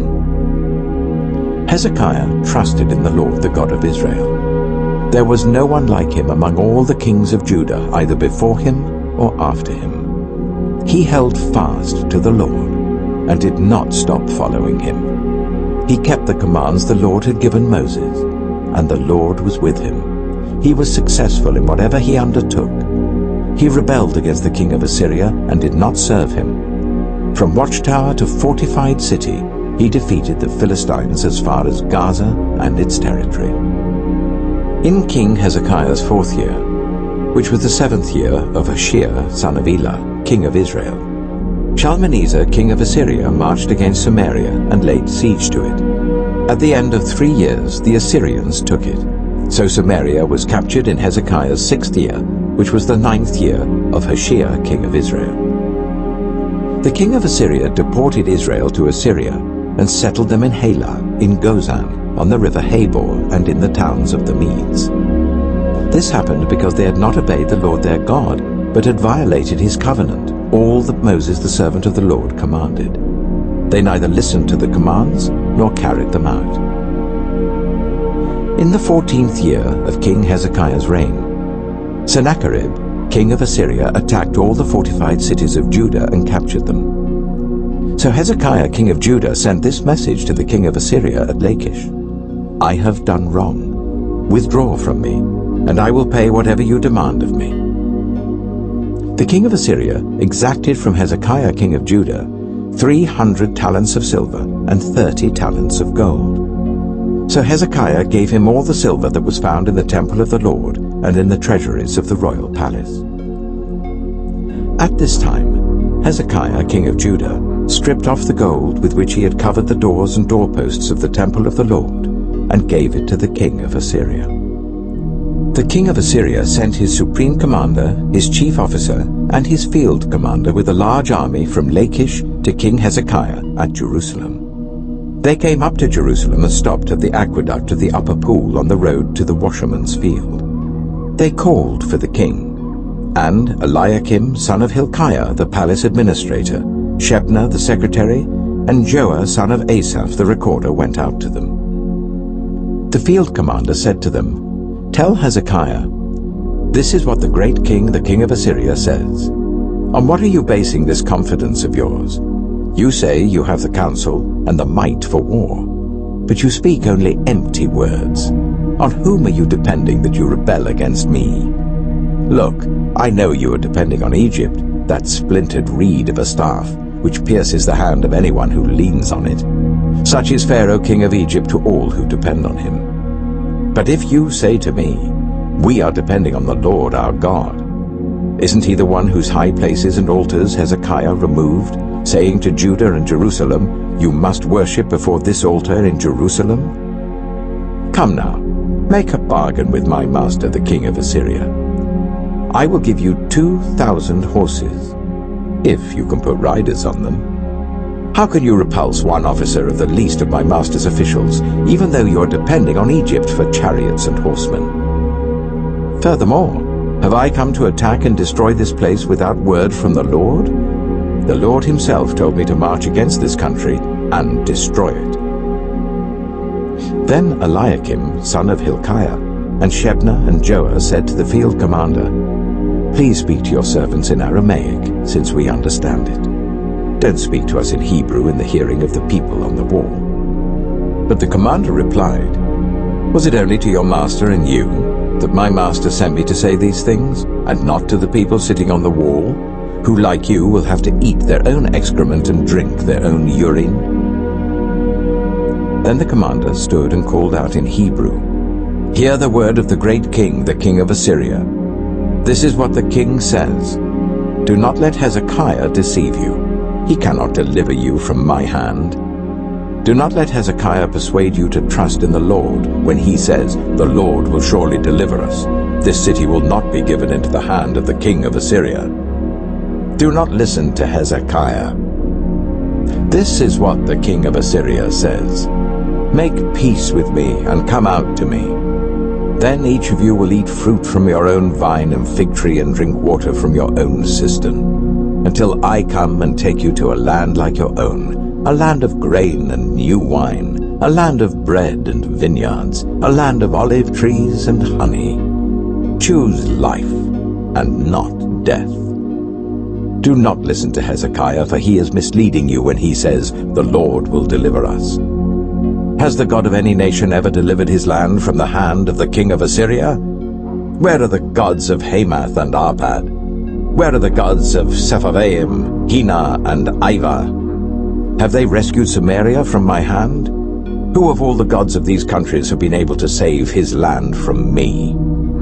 How then can the Lord deliver Jerusalem from my hand? But the people remained silent and said nothing in reply, because the king had commanded, "Do not answer him." Then Eliakim, son of Hilkiah the palace administrator, Shebna the secretary, and Joah son of Asaph the recorder went to Hezekiah with their clothes torn and told him what the field commander had said. 2 Kings chapter 19. When King Hezekiah heard this, he tore his clothes and put on sackcloth and went into the temple of the Lord. He sent Eliakim the palace administrator, Shebna the secretary, and the leading priests, all wearing sackcloth, to the prophet Isaiah, son of Amos. They told him, "This is what Hezekiah says. This is a day of distress and rebuke and disgrace, as when children come to the moment of birth and there is no strength to deliver them. It may be that the Lord your God will hear all the words of the field commander, whom his master the king of Assyria had sent to ridicule the living God, and that he will rebuke him for the words the Lord your God has heard. Therefore pray for the remnant that still survives." When King Hezekiah's officials came to Isaiah, Isaiah said to them, "Tell your master, this is what the Lord says. Do not be afraid of what you have heard, those words with which the underlings of the king of Assyria have blasphemed me. Listen. When he hears a certain report, I will make him want to return to his own country, and there I will have him cut down with the sword." When the field commander heard that the king of Assyria had left Lachish, he withdrew and found the king fighting against Libnah. Now Sennacherib received a report that Tirhakah, the king of Cush, was marching out to fight against him. So he again sent messengers to Hezekiah with this word: "Say to Hezekiah, king of Judah, do not let the God you depend on deceive you when he says, 'Jerusalem will not be given into the hands of the king of Assyria.' Surely you have heard what the kings of Assyria have done to all the countries, destroying them completely. And will you be delivered? Did the gods of the nations that were destroyed by my predecessors deliver them? The gods of Gozan, Haran, Reseph, and the people of Eden, who were in Tel Assa? Where is the king of Hamath or the king of Arpad? Where are the kings of Lair, Sepharvaim, Hena, and Ivah?" Hezekiah received the letter from the messengers and read it. Then he went up to the temple of the Lord and spread it out before the Lord. And Hezekiah prayed to the Lord, "Lord, the God of Israel, enthroned between the cherubim, you alone are God over all the kingdoms of the earth. You have made heaven and earth. Give ear, Lord, and hear. Open your eyes, Lord, and see. Listen to the words Sennacherib has sent to ridicule the living God. It is true, Lord, that the Assyrian kings have laid waste these nations and their lands. They have thrown their gods into the fire and destroyed them, for they were not gods, but only wood and stone fashioned by human hands. Now, Lord, our God, deliver us from his hand, so that all the kingdoms of the earth may know that you alone, Lord, are God." Then Isaiah, son of Amos, sent a message to Hezekiah. "This is what the Lord, the God of Israel, says. I have heard your prayer concerning Sennacherib, king of Assyria. This is the word that the Lord has spoken against him. Virgin daughter Zion despises you and mocks you. Daughter Jerusalem tosses her head as you flee. Who is it you have ridiculed and blasphemed? Against whom have you raised your voice and lifted your eyes in pride? Against the Holy One of Israel. By your messengers you have ridiculed the Lord, and you have said, 'With my many chariots I have ascended the heights of the mountains, the utmost heights of Lebanon. I have cut down its tallest cedars, the choicest of its junipers. I have reached its remotest parts, the finest of its forests. I have dug wells in foreign lands and drunk the water there. With the soles of my feet I have dried up all the streams of Egypt. Have you not heard? Long ago I ordained it. In the days of old I planned it. Now I have brought it to pass, that you have turned fortified cities into piles of stone. Their people, drained of power, are dismayed and put to shame. They are like plants in the field, like tender green shoots, like grass sprouting on the roof, scorched before it grows up. But I know where you are, and when you come and go, and how you rage against me. Because you rage against me, and because your insolence has reached my ears, I will put my hook in your nose and my bit in your mouth, and I will make you return by the way you came. This will be the sign for you, Hezekiah. This year you will eat what grows by itself, and the second year what springs from that. But in the third year, sow and reap, plant vineyards and eat their fruit. Once more a remnant of the kingdom of Judah will take root below and bear fruit above. For out of Jerusalem will come a remnant, and out of Mount Zion a band of survivors. The zeal of the Lord Almighty will accomplish this. Therefore this is what the Lord says concerning the king of Assyria. He will not enter this city, or shoot an arrow here. He will not come before it with shield, or build a siege ramp against it. By the way that he came, he will return. He will not enter this city, declares the Lord. I will defend this city and save it, for my sake, and for the sake of David my servant. That night, the angel of the Lord went out and put to death 185,000 in the Assyrian camp. When the people got up the next morning, there were all the dead bodies. So Sennacherib, king of Assyria, broke camp and withdrew. He returned to Nineveh and stayed there. One day, while he was worshipping in the temple of his god Nisroch, his sons Adramelech and Sharezer killed him with the sword, and they escaped to the land of Ararat. And Esarhaddon, his son, succeeded him as king. 2 Kings chapter 20. In those days, Hezekiah became ill and was at the point of death. The prophet Isaiah, son of Amoz, went to him and said, "This is what the Lord says. Put your house in order, because you are going to die. You will not recover." Hezekiah turned his face to the wall and prayed to the Lord. "Remember, Lord, how I have walked before you faithfully and with wholehearted devotion, and have done what is good in your eyes." And Hezekiah wept bitterly. Before Isaiah had left the middle court, the word of the Lord came to him. "Go back and tell Hezekiah, the ruler of my people, this is what the Lord, the God of your father David, says. I have heard your prayer and seen your tears. I will heal you. On the third day from now, you will go up to the temple of the Lord. I will add 15 years to your life, and I will deliver you and this city from the hand of the king of Assyria. I will defend this city for my sake and for the sake of my servant David." Then Isaiah said, "Prepare a poultice of figs." They did so and applied it to the boil, and he recovered. Hezekiah had asked Isaiah, "What will be the sign that the Lord will heal me, and that I will go up to the temple of the Lord on the third day from now?" Isaiah answered, "This is the Lord's sign to you that the Lord will do what he has promised. Shall the shadow go forward 10 steps, or shall it go back 10 steps?" "It is a simple matter for the shadow to go forward 10 steps, said Hezekiah. "Rather, let it go back 10 steps. Then the prophet Isaiah called on the Lord, and the Lord made the shadow go back the 10 steps it had gone down on the stairway of Ahaz. At that time, Marduk-Baladan, son of Baladan, king of Babylon, sent Hezekiah letters and a gift, because he had heard of Hezekiah's illness. Hezekiah received the envoys and showed them all that was in his storehouses, the silver, the gold, the spices, and the fine oil, his armory, and everything found among his treasures. There was nothing in his palace or in all his kingdom that Hezekiah did not show them.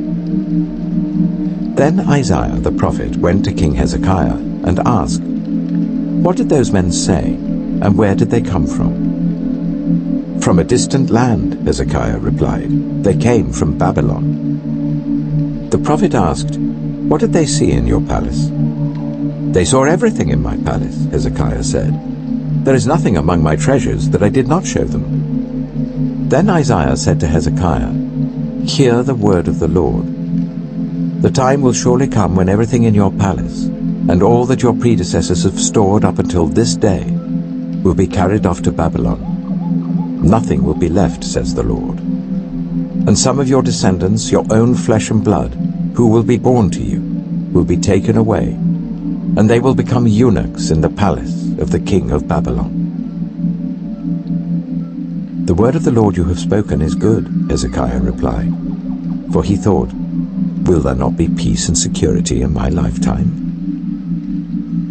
As for the other events of Hezekiah's reign, all his achievements and how he made the pool and the tunnel by which he brought water into the city, are they not written in the book of the annals of the kings of Judah? Hezekiah rested with his ancestors, and Manasseh his son succeeded him as king. 2 Kings chapter 21. Manasseh was 12 years old when he became king, and he reigned in Jerusalem for 55 years. His mother's name was Hephzibah. He did evil in the eyes of the Lord, following the detestable practices of the nations the Lord had driven out before the Israelites. He rebuilt the high places his father Hezekiah had destroyed. He also erected altars to Baal and made an Asherah pole, as Ahab king of Israel had done. He bowed down to all the starry hosts and worshipped them. He built altars in the temple of the Lord, of which the Lord had said, in Jerusalem I will put my name. In the 2 courts of the temple of the Lord he built altars to all the starry hosts. He sacrificed his own son in the fire, practiced divination, sought omens, and consulted mediums and spiritists. He did much evil in the eyes of the Lord, arousing his anger. He took the carved Asherah pole he had made and put it in the temple, of which the Lord had said to David and to his son Solomon, in this temple and in Jerusalem, which I have chosen out of all the tribes of Israel, I will put my name forever. I will not again make the feet of the Israelites wander from the land I gave their ancestors, if only they will be careful to do everything I commanded them, and will keep the whole law that my servant Moses gave them. But the people did not listen.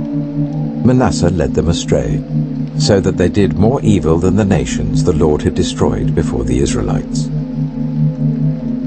The Lord said through his servants the prophets, Manasseh, king of Judah, has committed these detestable sins. He has done more evil than the Amorites who preceded him, and has led Judah into sin with his idols.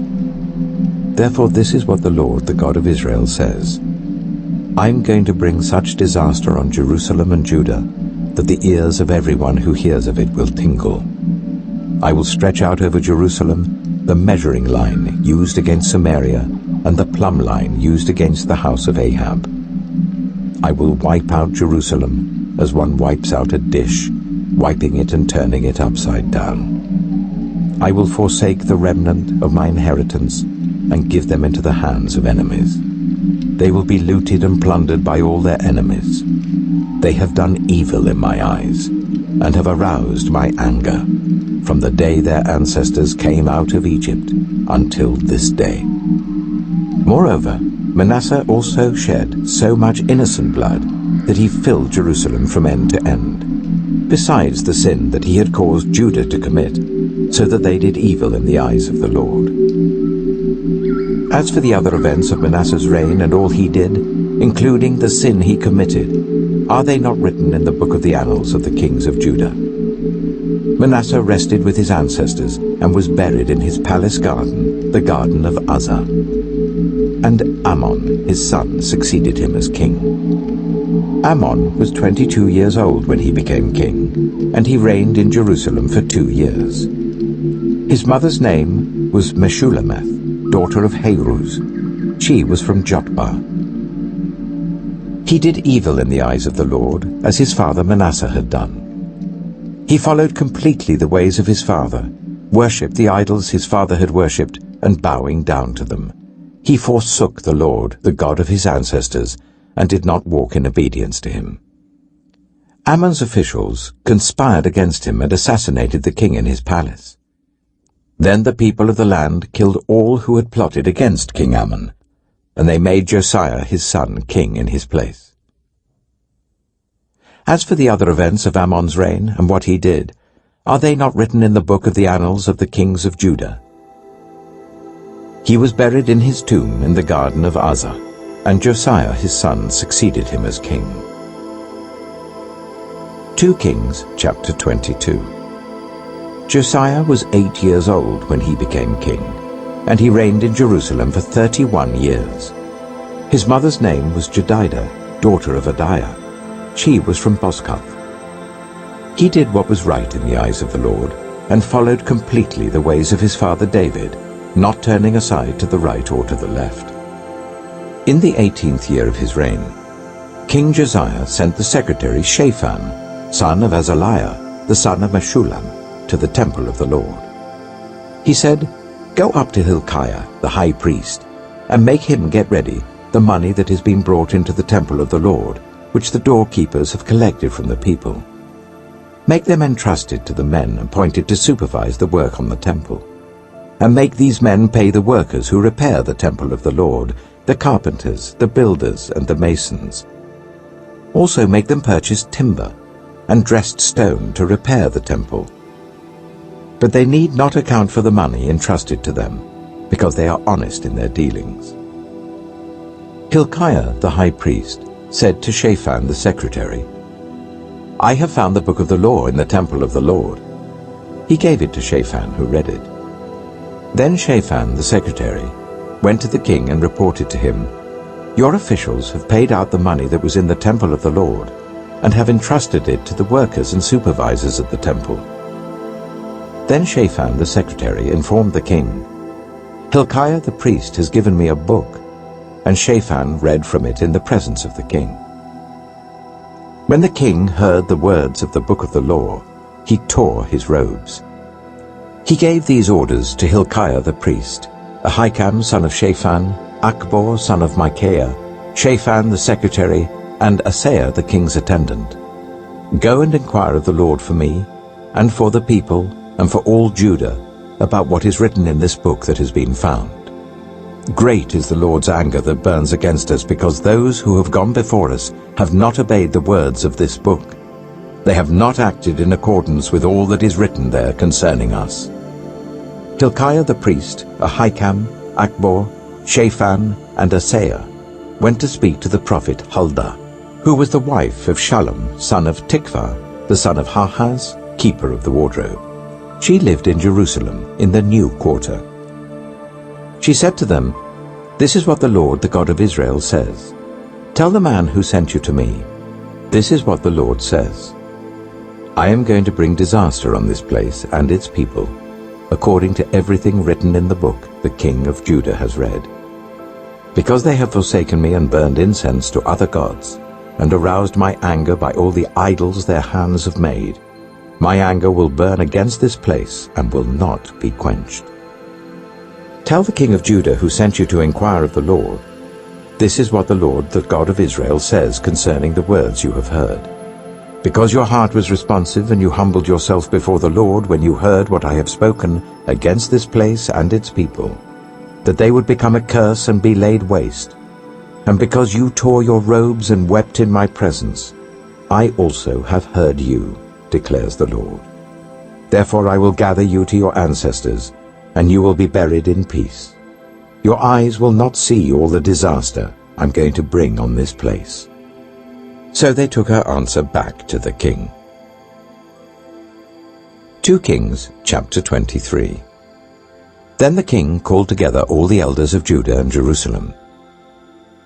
He went up to the temple of the Lord with the people of Judah, the inhabitants of Jerusalem, the priests and the prophets, all the people from the least to the greatest. He read in their hearing all the words of the book of the covenant, which had been found in the temple of the Lord. The king stood by the pillar and renewed the covenant in the presence of the Lord, to follow the Lord and keep his commands, statutes, and decrees with all his heart and all his soul, thus confirming the words of the covenant written in this book. Then all the people pledged themselves to the covenant. The king ordered Hilkiah the high priest, the priests next in rank, and the doorkeepers to remove from the temple of the Lord all the articles made for Baal and Asherah and all the starry hosts. He burned them outside Jerusalem in the fields of the Kidron Valley and took the ashes to Bethel. He did away with the idolatrous priests appointed by the kings of Judah to burn incense on the high places of the towns of Judah and on those around Jerusalem, those who burned incense to Baal, to the sun and moon, to the constellations, and to all the starry hosts. He took the Asherah pole from the temple of the Lord to the Kidron Valley outside Jerusalem and burned it there. He ground it to powder and scattered the dust over the graves of the common people. He also tore down the quarters of the male shrine prostitutes that were in the temple of the Lord, the quarters where women did weaving for Asherah. Josiah brought all the priests from the towns of Judah and desecrated the high places, from Geba to Beersheba, where the priests had burned incense. He broke down the gateway at the entrance of the gate of Joshua, the city governor, which was on the left of the city gate. Although the priests of the high places did not serve at the altar of the Lord in Jerusalem, they ate unleavened bread with their fellow priests. He desecrated Topheth, which was in the valley of Ben Hinnom, so no one could use it to sacrifice their son or daughter in the fire to Molech. He removed from the entrance to the temple of the Lord the horses that the kings of Judah had dedicated to the sun. They were in the court near the room of an official named Nathan-Melech. Josiah then burned the chariots dedicated to the sun. He pulled down the altars the kings of Judah had erected on the roof near the upper room of Ahaz, and the altars Manasseh had built in the two courts of the temple of the Lord. He removed them from there, smashed them to pieces, and threw the rubble into the Kidron Valley. The king also desecrated the high places that were east of Jerusalem on the south of the Hill of Corruption, the one Solomon, king of Israel, had built for Ashtoreth, the vile goddess of the Sidonians, for Chemosh, the vile god of Moab, and for Molech, the detestable god of the people of Ammon. Josiah smashed the sacred stones and cut down the Asherah poles and covered the sites with human bones. Even the altar at Bethel, the high place made by Jeroboam son of Nebat, who had caused Israel to sin, even that altar and high place he demolished. He burned the high place and ground it to powder, and burned the Asherah pole also. Then Josiah looked around, and when he saw the tombs that were there on the hillside, he had the bones removed from them and burned on the altar to defile it, in accordance with the word of the Lord proclaimed by the man of God who foretold these things. The king asked, "What is that tombstone I see?" The people of the city said, "It marks the tomb of the man of God who came from Judah and pronounced against the altar of Bethel the very things you have done to it." "Leave it alone," he said. "Don't let anyone disturb his bones." So they spared his bones and those of the prophet who had come from Samaria. Just as he had done at Bethel, Josiah removed all the shrines at the high places that the kings of Israel had built in the towns of Samaria and that had aroused the Lord's anger. Josiah slaughtered all the priests of those high places on the altars and burned human bones on them. Then he went back to Jerusalem. The king gave this order to all the people: "Celebrate the Passover to the Lord your God, as it is written in this book of the covenant."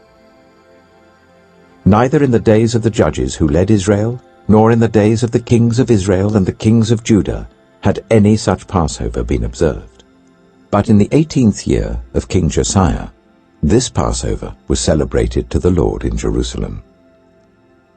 Furthermore, Josiah got rid of the mediums and spiritists, the household gods, the idols, and all the other detestable things seen in Judah and Jerusalem. This he did to fulfill the requirements of the law written in the book that Hilkiah the priest had discovered in the temple of the Lord. Neither before nor after Josiah was there a king like him, who turned to the Lord as he did, with all his heart and with all his soul and with all his strength, in accordance with all the law of Moses. Nevertheless, the Lord did not turn away from the heat of his fierce anger, which burned against Judah because of all that Manasseh had done to arouse his anger. So the Lord said, "I will remove Judah also from my presence, as I removed Israel, And I will reject Jerusalem, the city I chose, and this temple about which I said, my name shall be there. As for the other events of Josiah's reign and all he did, are they not written in the book of the annals of the kings of Judah? While Josiah was king, Pharaoh Necho, king of Egypt, went up to the river Euphrates to help the king of Assyria. King Josiah marched out to meet him in battle, but Necho faced him and killed him at Megiddo. Josiah's servants brought his body in a chariot from Megiddo to Jerusalem and buried him in his own tomb. And the people of the land took Jehoahaz, son of Josiah, and anointed him and made him king in place of his father. Jehoahaz was 23 years old when he became king, and he reigned in Jerusalem for 3 months. His mother's name was Hamutal, daughter of Jeremiah. She was from Libnah. He did evil in the eyes of the Lord, just as his predecessors had done. Pharaoh Necho put him in chains at Riblah, in the land of Hamath, so that he might not reign in Jerusalem. And he imposed on Judah a levy of 100 talents of silver and a talent of gold. Pharaoh Necho made Eliakim, son of Josiah, king in place of his father Josiah, and changed Eliakim's name to Jehoiakim. But he took Jehoahaz and carried him off to Egypt, and there he died. Jehoiakim paid Pharaoh Necho the silver and gold he demanded. In order to do so, he taxed the land and exacted the silver and gold from the people of the land according to their assessments. Jehoiakim was 25 years old when he became king, and he reigned in Jerusalem for 11 years. His mother's name was Zebidah, daughter of Pedaiah. She was from Rumah. And he did evil in the eyes of the Lord, just as his predecessors had done. 2 Kings chapter 24. During Jehoiakim's reign, Nebuchadnezzar, king of Babylon, invaded the land, and Jehoiakim became his vassal for 3 years. But then he turned against Nebuchadnezzar and rebelled. The Lord sent Babylonian, Aramean, Moabite, and Ammonite raiders against him to destroy Judah, in accordance with the word of the Lord proclaimed by his servants the prophets. Surely these things happened to Judah according to the Lord's command, in order to remove them from his presence, because of the sins of Manasseh and all he had done, including the shedding of innocent blood. For he had filled Jerusalem with innocent blood, and the Lord was not willing to forgive. As for the other events of Jehoiakim's reign, and all he did, are they not written in the book of the annals of the kings of Judah? Jehoiakim rested with his ancestors, and Jehoiakim, his son, succeeded him as king. The king of Egypt did not march out from his own country again, because the king of Babylon had taken all his territory, from the Wadi of Egypt to the river Euphrates. Jehoiakim was 18 years old when he became king, and he reigned in Jerusalem for 3 months. His mother's name was Nehushta, daughter of Elnathan. She was from Jerusalem. He did evil in the eyes of the Lord, just as his father had done. At that time, the officers of Nebuchadnezzar, king of Babylon, advanced on Jerusalem and laid siege to it. And Nebuchadnezzar himself came up to the city, while his officers were besieging it.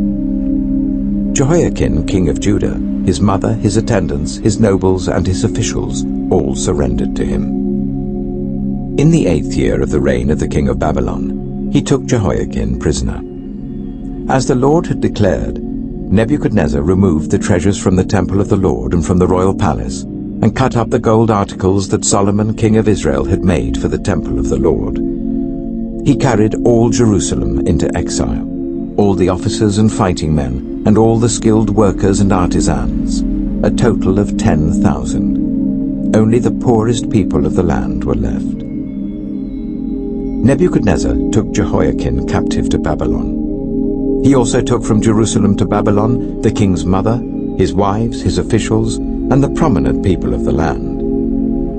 The king of Babylon also deported to Babylon the entire force of 7,000 fighting men, strong and fit for war, and 1,000 skilled workers and artisans. He made Mattaniah, Jehoiakim's uncle, king in his place, and changed his name to Zedekiah. Zedekiah was 21 years old when he became king, and he reigned in Jerusalem for 11 years. His mother's name was Hamutal, daughter of Jeremiah. She was from Libnah. He did evil in the eyes of the Lord, just as Jehoiakim had done. It was because of the Lord's anger that all this happened to Jerusalem and Judah, and in the end he thrust them from his presence. Now Zedekiah rebelled against the king of Babylon. 2 Kings chapter 25.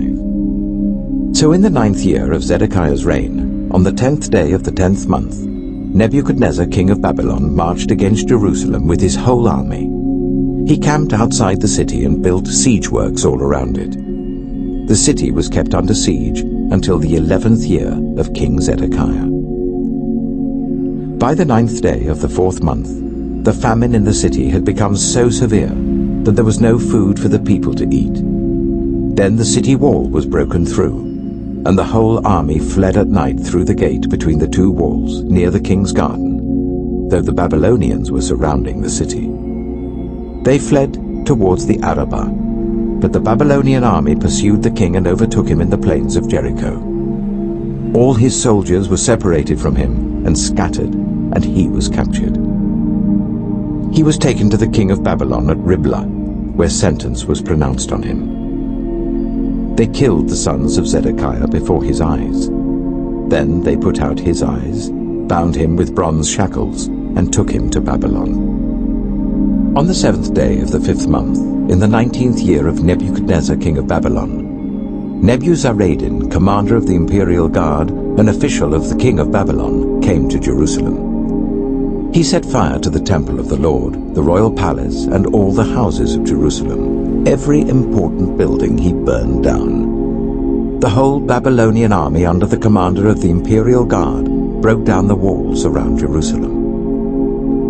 Nebuzaradan, the commander of the guard, carried into exile the people who remained in the city, along with the rest of the populace and those who had deserted to the king of Babylon. But the commander left behind some of the poorest people of the land to work the vineyards and fields. The Babylonians broke up the bronze pillars, the movable stands, and the bronze sea that were at the temple of the Lord, and they carried the bronze to Babylon. They also took away the pots, shovels, wick trimmers, dishes, and all the bronze articles used in the temple service. The commander of the imperial guard took away the censers and sprinkling bowls, all that were made of pure gold or silver. The bronze from the 2 pillars, the sea and the movable stands, which Solomon had made for the temple of the Lord, was more than could be weighed. Each pillar was 18 cubits high. The bronze capital, on top of one pillar, was 3 cubits high, and was decorated with a network and pomegranates of bronze all round. The other pillar, with its network, was similar. The commander of the guard took as prisoners Seraiah the chief priest, Zephaniah the priest next in rank, and the 3 doorkeepers. Of those still in the city, he took the officer in charge of the fighting men and 5 royal advisers. He also took the secretary, who was chief officer in charge of conscripting the people of the land, and 60 of the conscripts who were found in the city. Nebuzaradan, the commander, took them all and brought them to the king of Babylon at Riblah. There at Riblah, in the land of Hamath, the king had them executed. So Judah went into captivity away from her land. Nebuchadnezzar, king of Babylon, appointed Gedaliah, son of Ahikam, the son of Shaphan, to be over the people he had left behind in Judah. When all the army officers and their men heard that the king of Babylon had appointed Gedaliah as governor, they came to Gedaliah at Mizpah. Ishmael, son of Nethaniah, Johanan, son of Kareah, Seraiah, son of Tanhumeth the Netophathite, Jaazaniah, the son of the Maacathite, and their men. Gedaliah took an oath to reassure them and their men. "Do not be afraid of the Babylonian officials," he said. "Settle down in the land and serve the king of Babylon, and it will go well with you." In the 7th month, however, Ishmael, son of Nethaniah, the son of Elishama, who was of royal blood, came with 10 men and assassinated Gedaliah. and also the men of Judah and the Babylonians who were with him at Mizpah. At this, all the people from the least to the greatest, together with the army officers, fled to Egypt for fear of the Babylonians. In the 37th year of the exile of Jehoiakim, king of Judah, in the year Awal-Marduk became king of Babylon, he released Jehoiakim, king of Judah, from prison. He did this on the 27th day of the 12th month. He spoke kindly to him, and gave him a seat of honor higher than those of the other kings who were with him in Babylon. So Jehoiakim put aside his prison clothes, and for the rest of his life ate regularly at the king's table. Day by day, the king gave Jehoiakim a regular allowance as long as he lived.